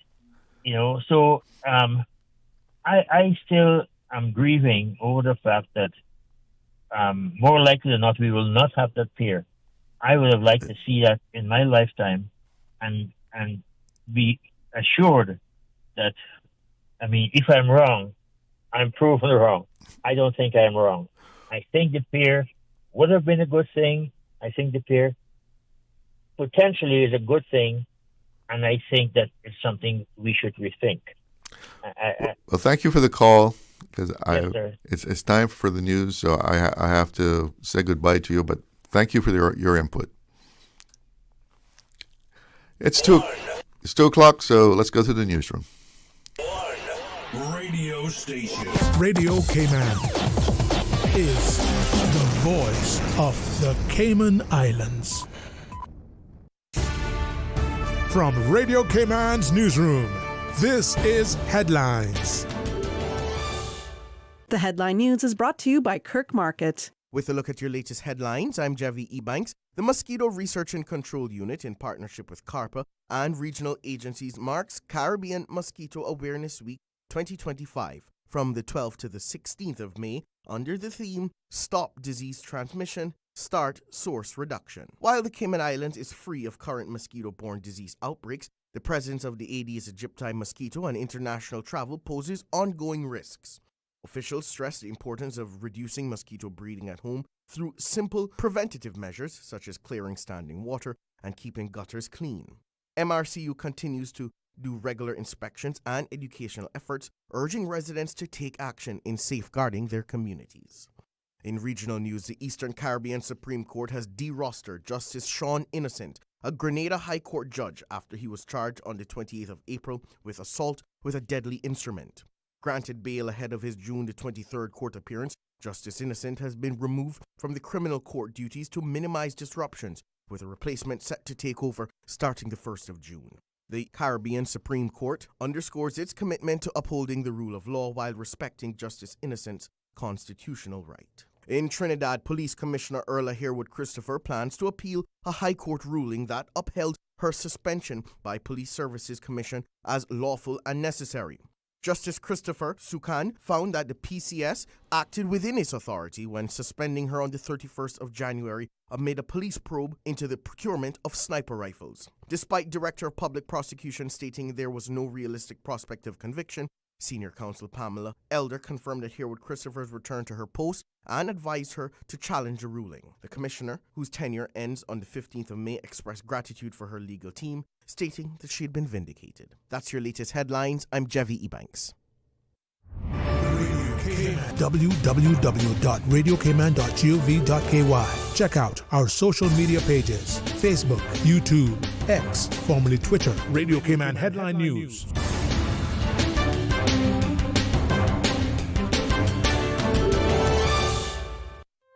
Looking for fresh, healthy food that's full of flavor? Then you've got to visit Kirk Market. Our dishes are made with fresh, high-quality ingredients. Enjoy vibrant mixed greens or satisfying pasta salads. Or try one of our delicious grill options like blackened chicken, spicy beef steak, or grilled salmon. Looking for something light and flavorful? We've got sushi rolls and poke bowls prepared daily. And don't forget to explore a hot bar or Billy Fresh salad at the salad bar. Stop by Kirk Market today for breakfast, lunch, or dinner and taste the difference. Eat well, live well with Kirk Market.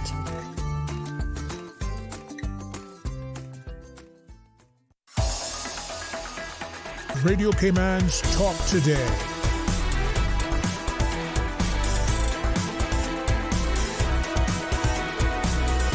What is on your mind, Cayman? Welcome back to Talk Today. Do we have someone on the line? So let's take that phone call. Good afternoon. You're on the air with Talk Today. Hey, good afternoon once again. Quick question for you. I noticed a lot of people, I kind of opened a can of worms earlier, and I don't know why I did that. But anyway, I'm calling back in regards of a lot of people saying that the restaurants closed down. Number one, the Senior Frogs closed down because the owners decided to, because they had a Senior Frog in Mexico, the one in Mexico was making more money, revenue, and Senior Frogs in Grand Cayman was actually full at any given time because I was doing security work for them. Number two, one of the reasons why they closed down because Margaritaville and Hard Rock had opened up, and they were drawing most of the crowd because Margaritaville was doing 2-for-1 specials at one given time that was drawing the crowd out after 5 o'clock in the evening. That was one of the reasons why after COVID is the reason why Margaritaville decided to close down because they were closed for over 2.5 years during COVID, and Hard Rock could not bounce back after COVID, so they were so much behind they could not get their revenue back and get their clients back, and the revitalization of Georgetown caused them not to get back. The same way of Atlantic Submarine not opening back up, because I used to work for Atlantic Submarine as a narrator and also a co-pilot. So that was one of the reasons why they had to close down Atlantic Submarine as well. And that was because of COVID. Now, cruise ship makes money when they're at sea. So there's no way cruise ships are going to stay here after 4 o'clock, 5 o'clock, because the casino's open and that's how they make their revenue. Now, what my question is to anyone out there is how much Generation Caymanian are in these stores that are making revenue? Because the people that are in stores are, with all due respect, are work permit holders, and that money is exiting out of the country, even though a little trickle-down effect is still happening in Cayman. Most of the money is leaving island anyway.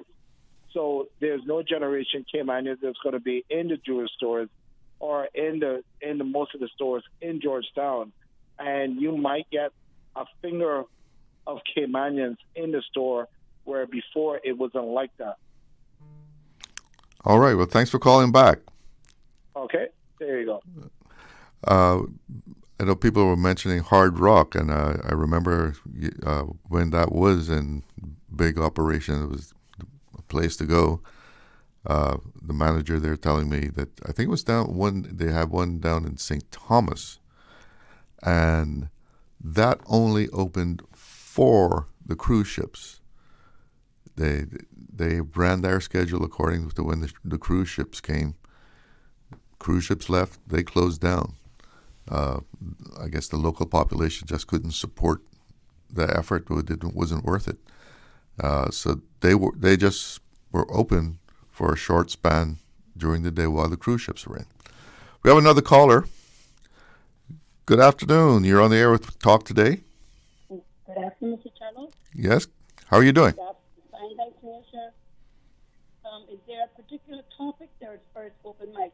This is open mic. What's on your mind, as we would say? I'm having trouble hearing you, though. Sorry, I don't know.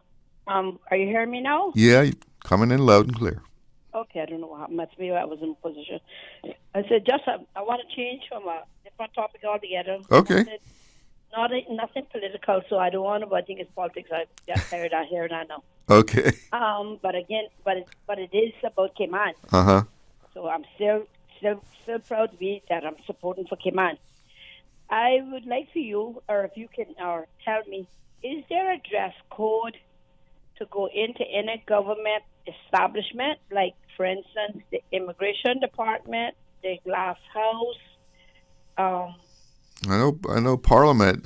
There's a dress code. I know Parliament. I don't think they'd welcome you like if a guy goes in without a shirt or something like that.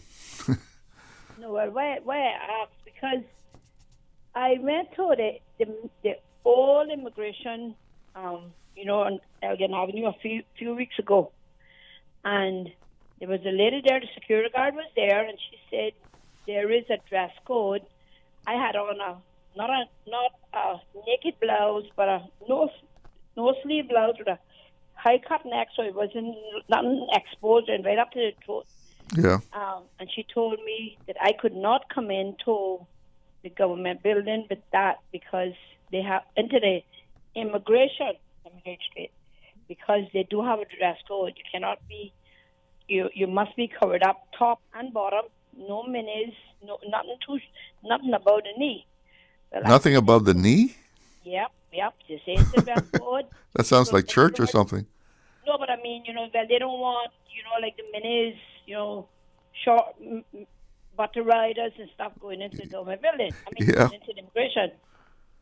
Like if you go to courts, you can't go into the courts with a mini. You have they have. Yeah, the courts also have a dress code. Yeah. Yeah, below the knee.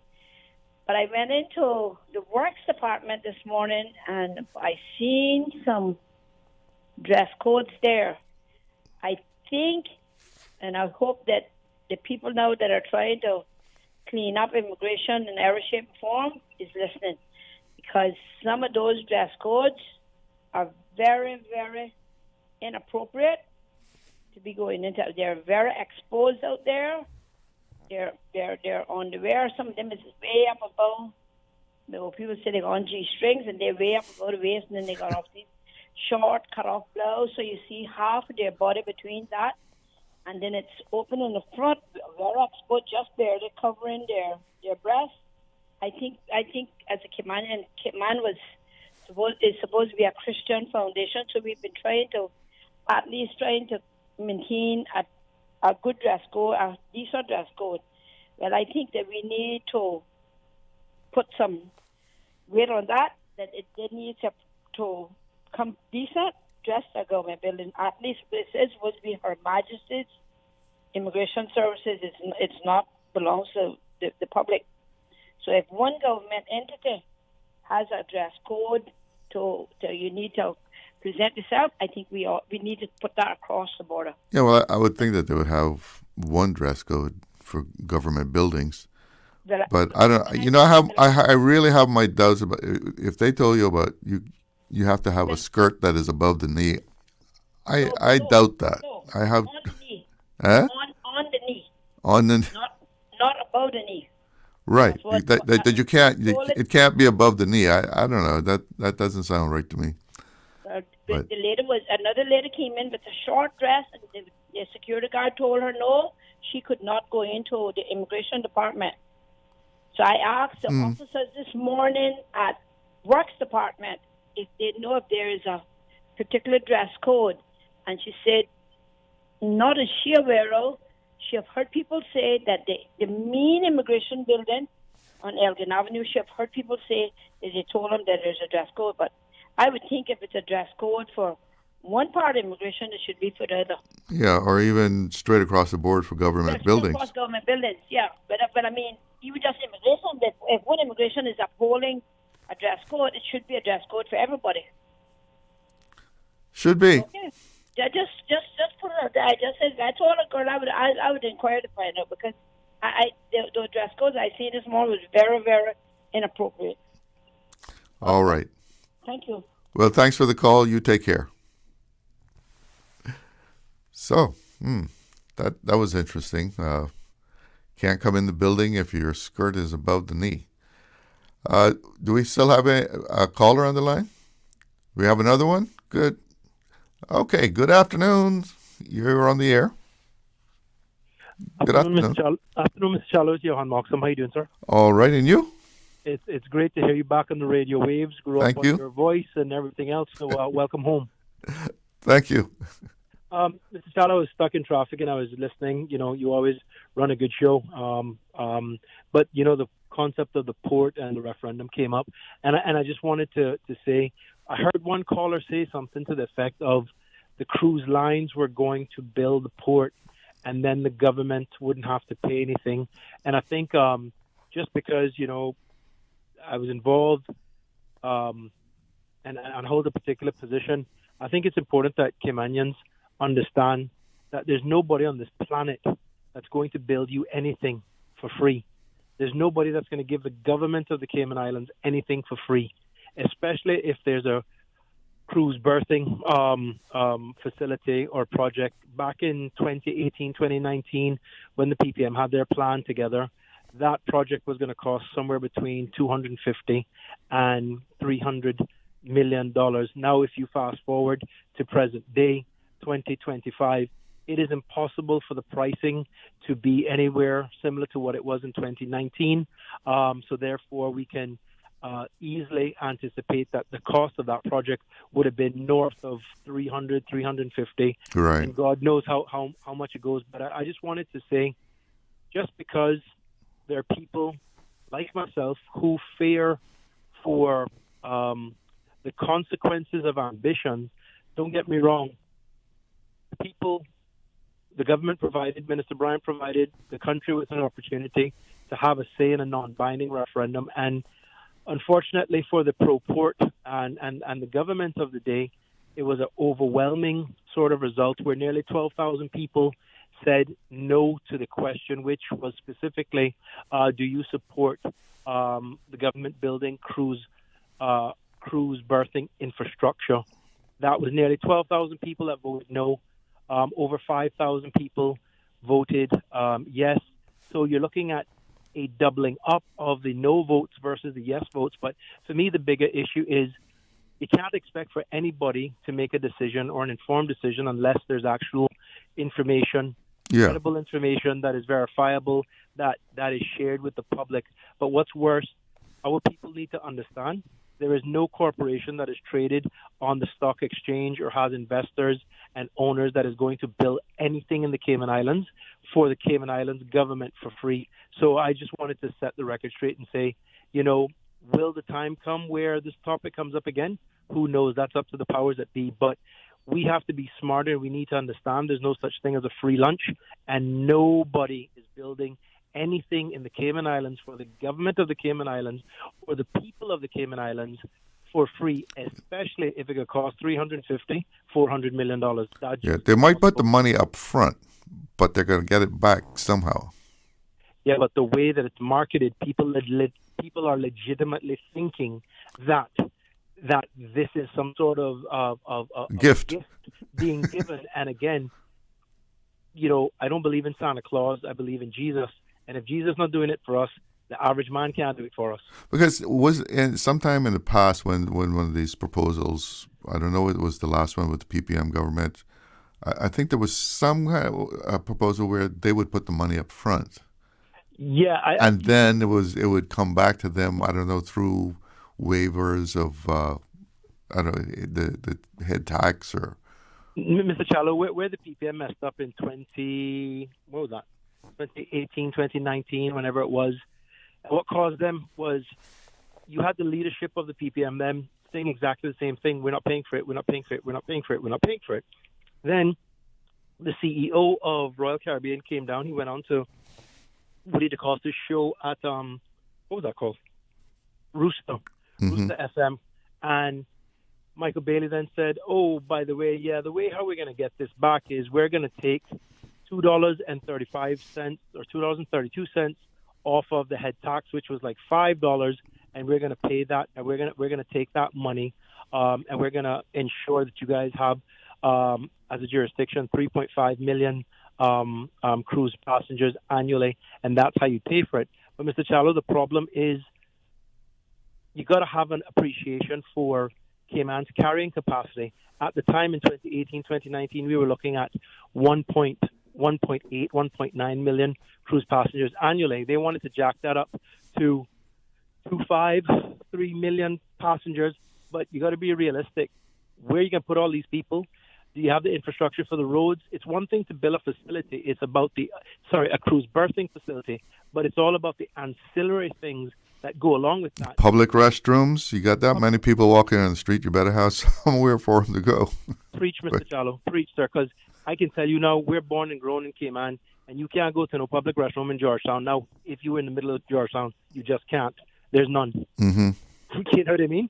So the point that I'm making is whoever is going to take on that topic or that project or that idea again, be honest, transparent, and open with the people, and stop selling people a pipe dream, because if you can't tell me what the project is really about and what's at stake and how you're going to deal with things, because I'll give you an example, Mr. Chalo, for everybody in Georgetown that struggles in their business, you know what has harmed them more than anything else? What? It wasn't a no vote.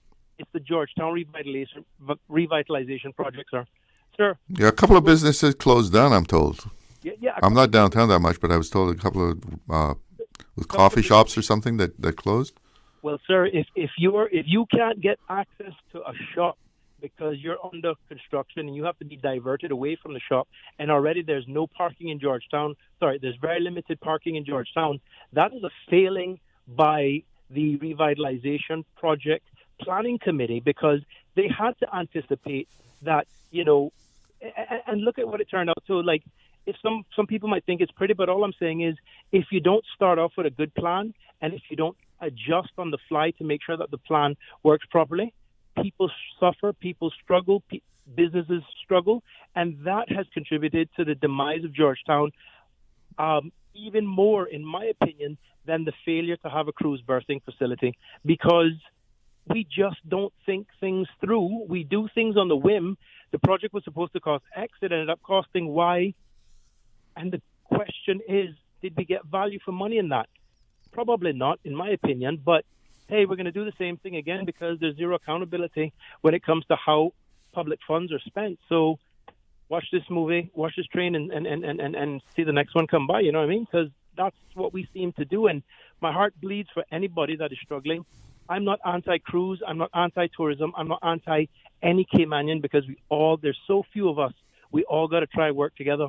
I'm anti-dumb, expensive ideas that's going to cause the accelerated implementation of some form of direct taxation, or more importantly, accelerate the decline of the Cayman Islands as we know it. And that's why I stand up, ask the questions that I ask. And until I get those answers, how can you honestly throw your support behind something when the government lie to you and won't give you the information that you need to make an informed decision?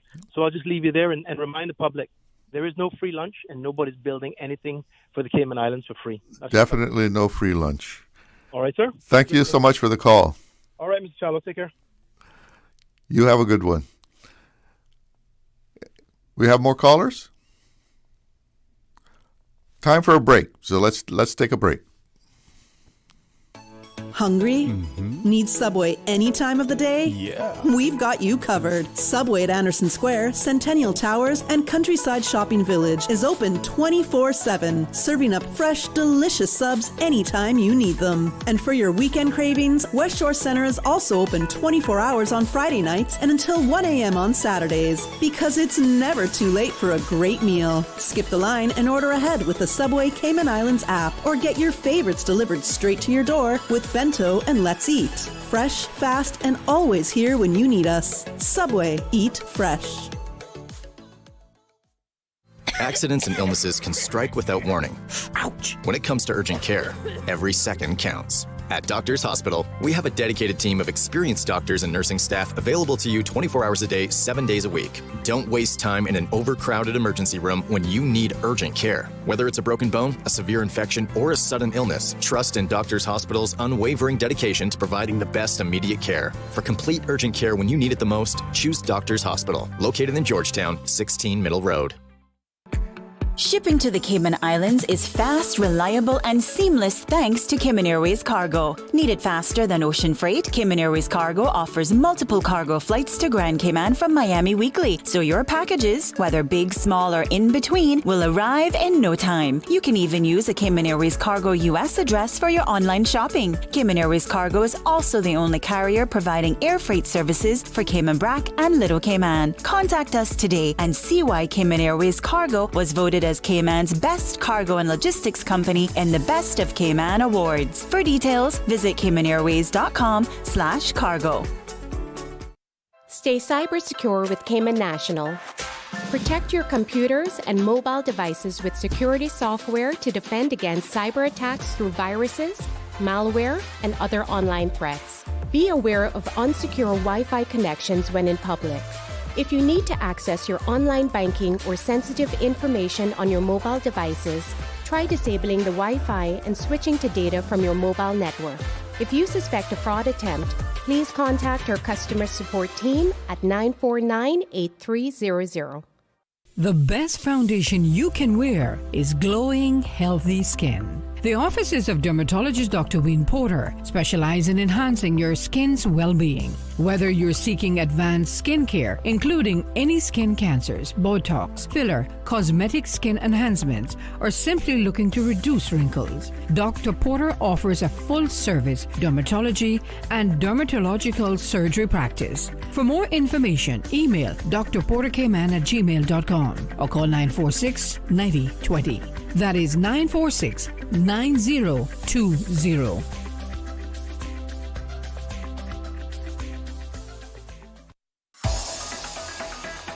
Radio Cayman's Talk Today.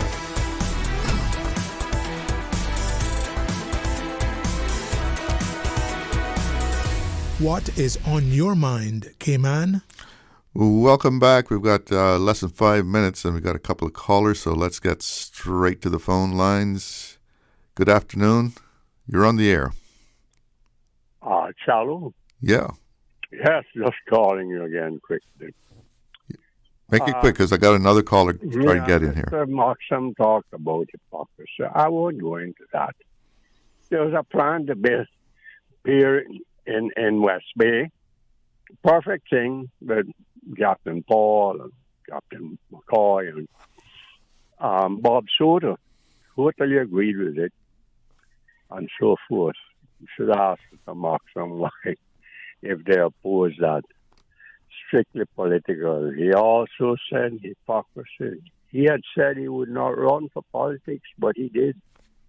He did. He did. That same period he was talking about. Let us be frank and be truthful. I listened to all of them at that time. Your father was the first, and to my knowledge, the only cruise ship captain that Cayman had. As far as I know. Natalie didn't, but you don't talk about it. You don't boast about all that, right? But like I say, it's very, very hypocritical for them. People are not, we are not charging head tax on the people who come off like the other islands do. We charge on the manifested quantity. And believe me, they don't come off. So talking about all these people, all that. The point is we need the peers. It would take me a little more time, which you don't have, to explain to you exactly, and I started to say it. All this nonsense about us spending money, we have spent. And that would have been towards the betterment of Cayman. Well, we might not have the money to spend by the end of the year, though. Definitely. We will spend, and we have spent to help things and to put things forward. It has to happen, and we know it. So it's all politics, as I said. I'm willing to stand. I'm a poor person, but I'm willing to stand by what I say. This is not always politics. Politics, politics. Have a wonderful day. You too. You too. A wonderful day. Let's get our last caller in here. We got about 2 minutes left. Hello. Good afternoon. You're on the air. You got about 2 minutes. Good afternoon, staff. You're doing a great, complete job. Thank you. My opinion on the cruise berthing, it's very complicated. We are not against it, but we would like to know where is a safe harbor built. You want to know what the plan is? Well, the plan is, that should be the plan. Yeah, that's what I mean. The government, before you come and say, do you want this pier, you want to know what the plan is for the pier. Well, it seems like it's all begins with money, but, you know, we need a safe harbor. Georgetown is not a safe harbor. Well, someone made that point, yeah. During the weather and during the construction and et cetera, we should have a safe harbor built somewhere else. Any suggestions?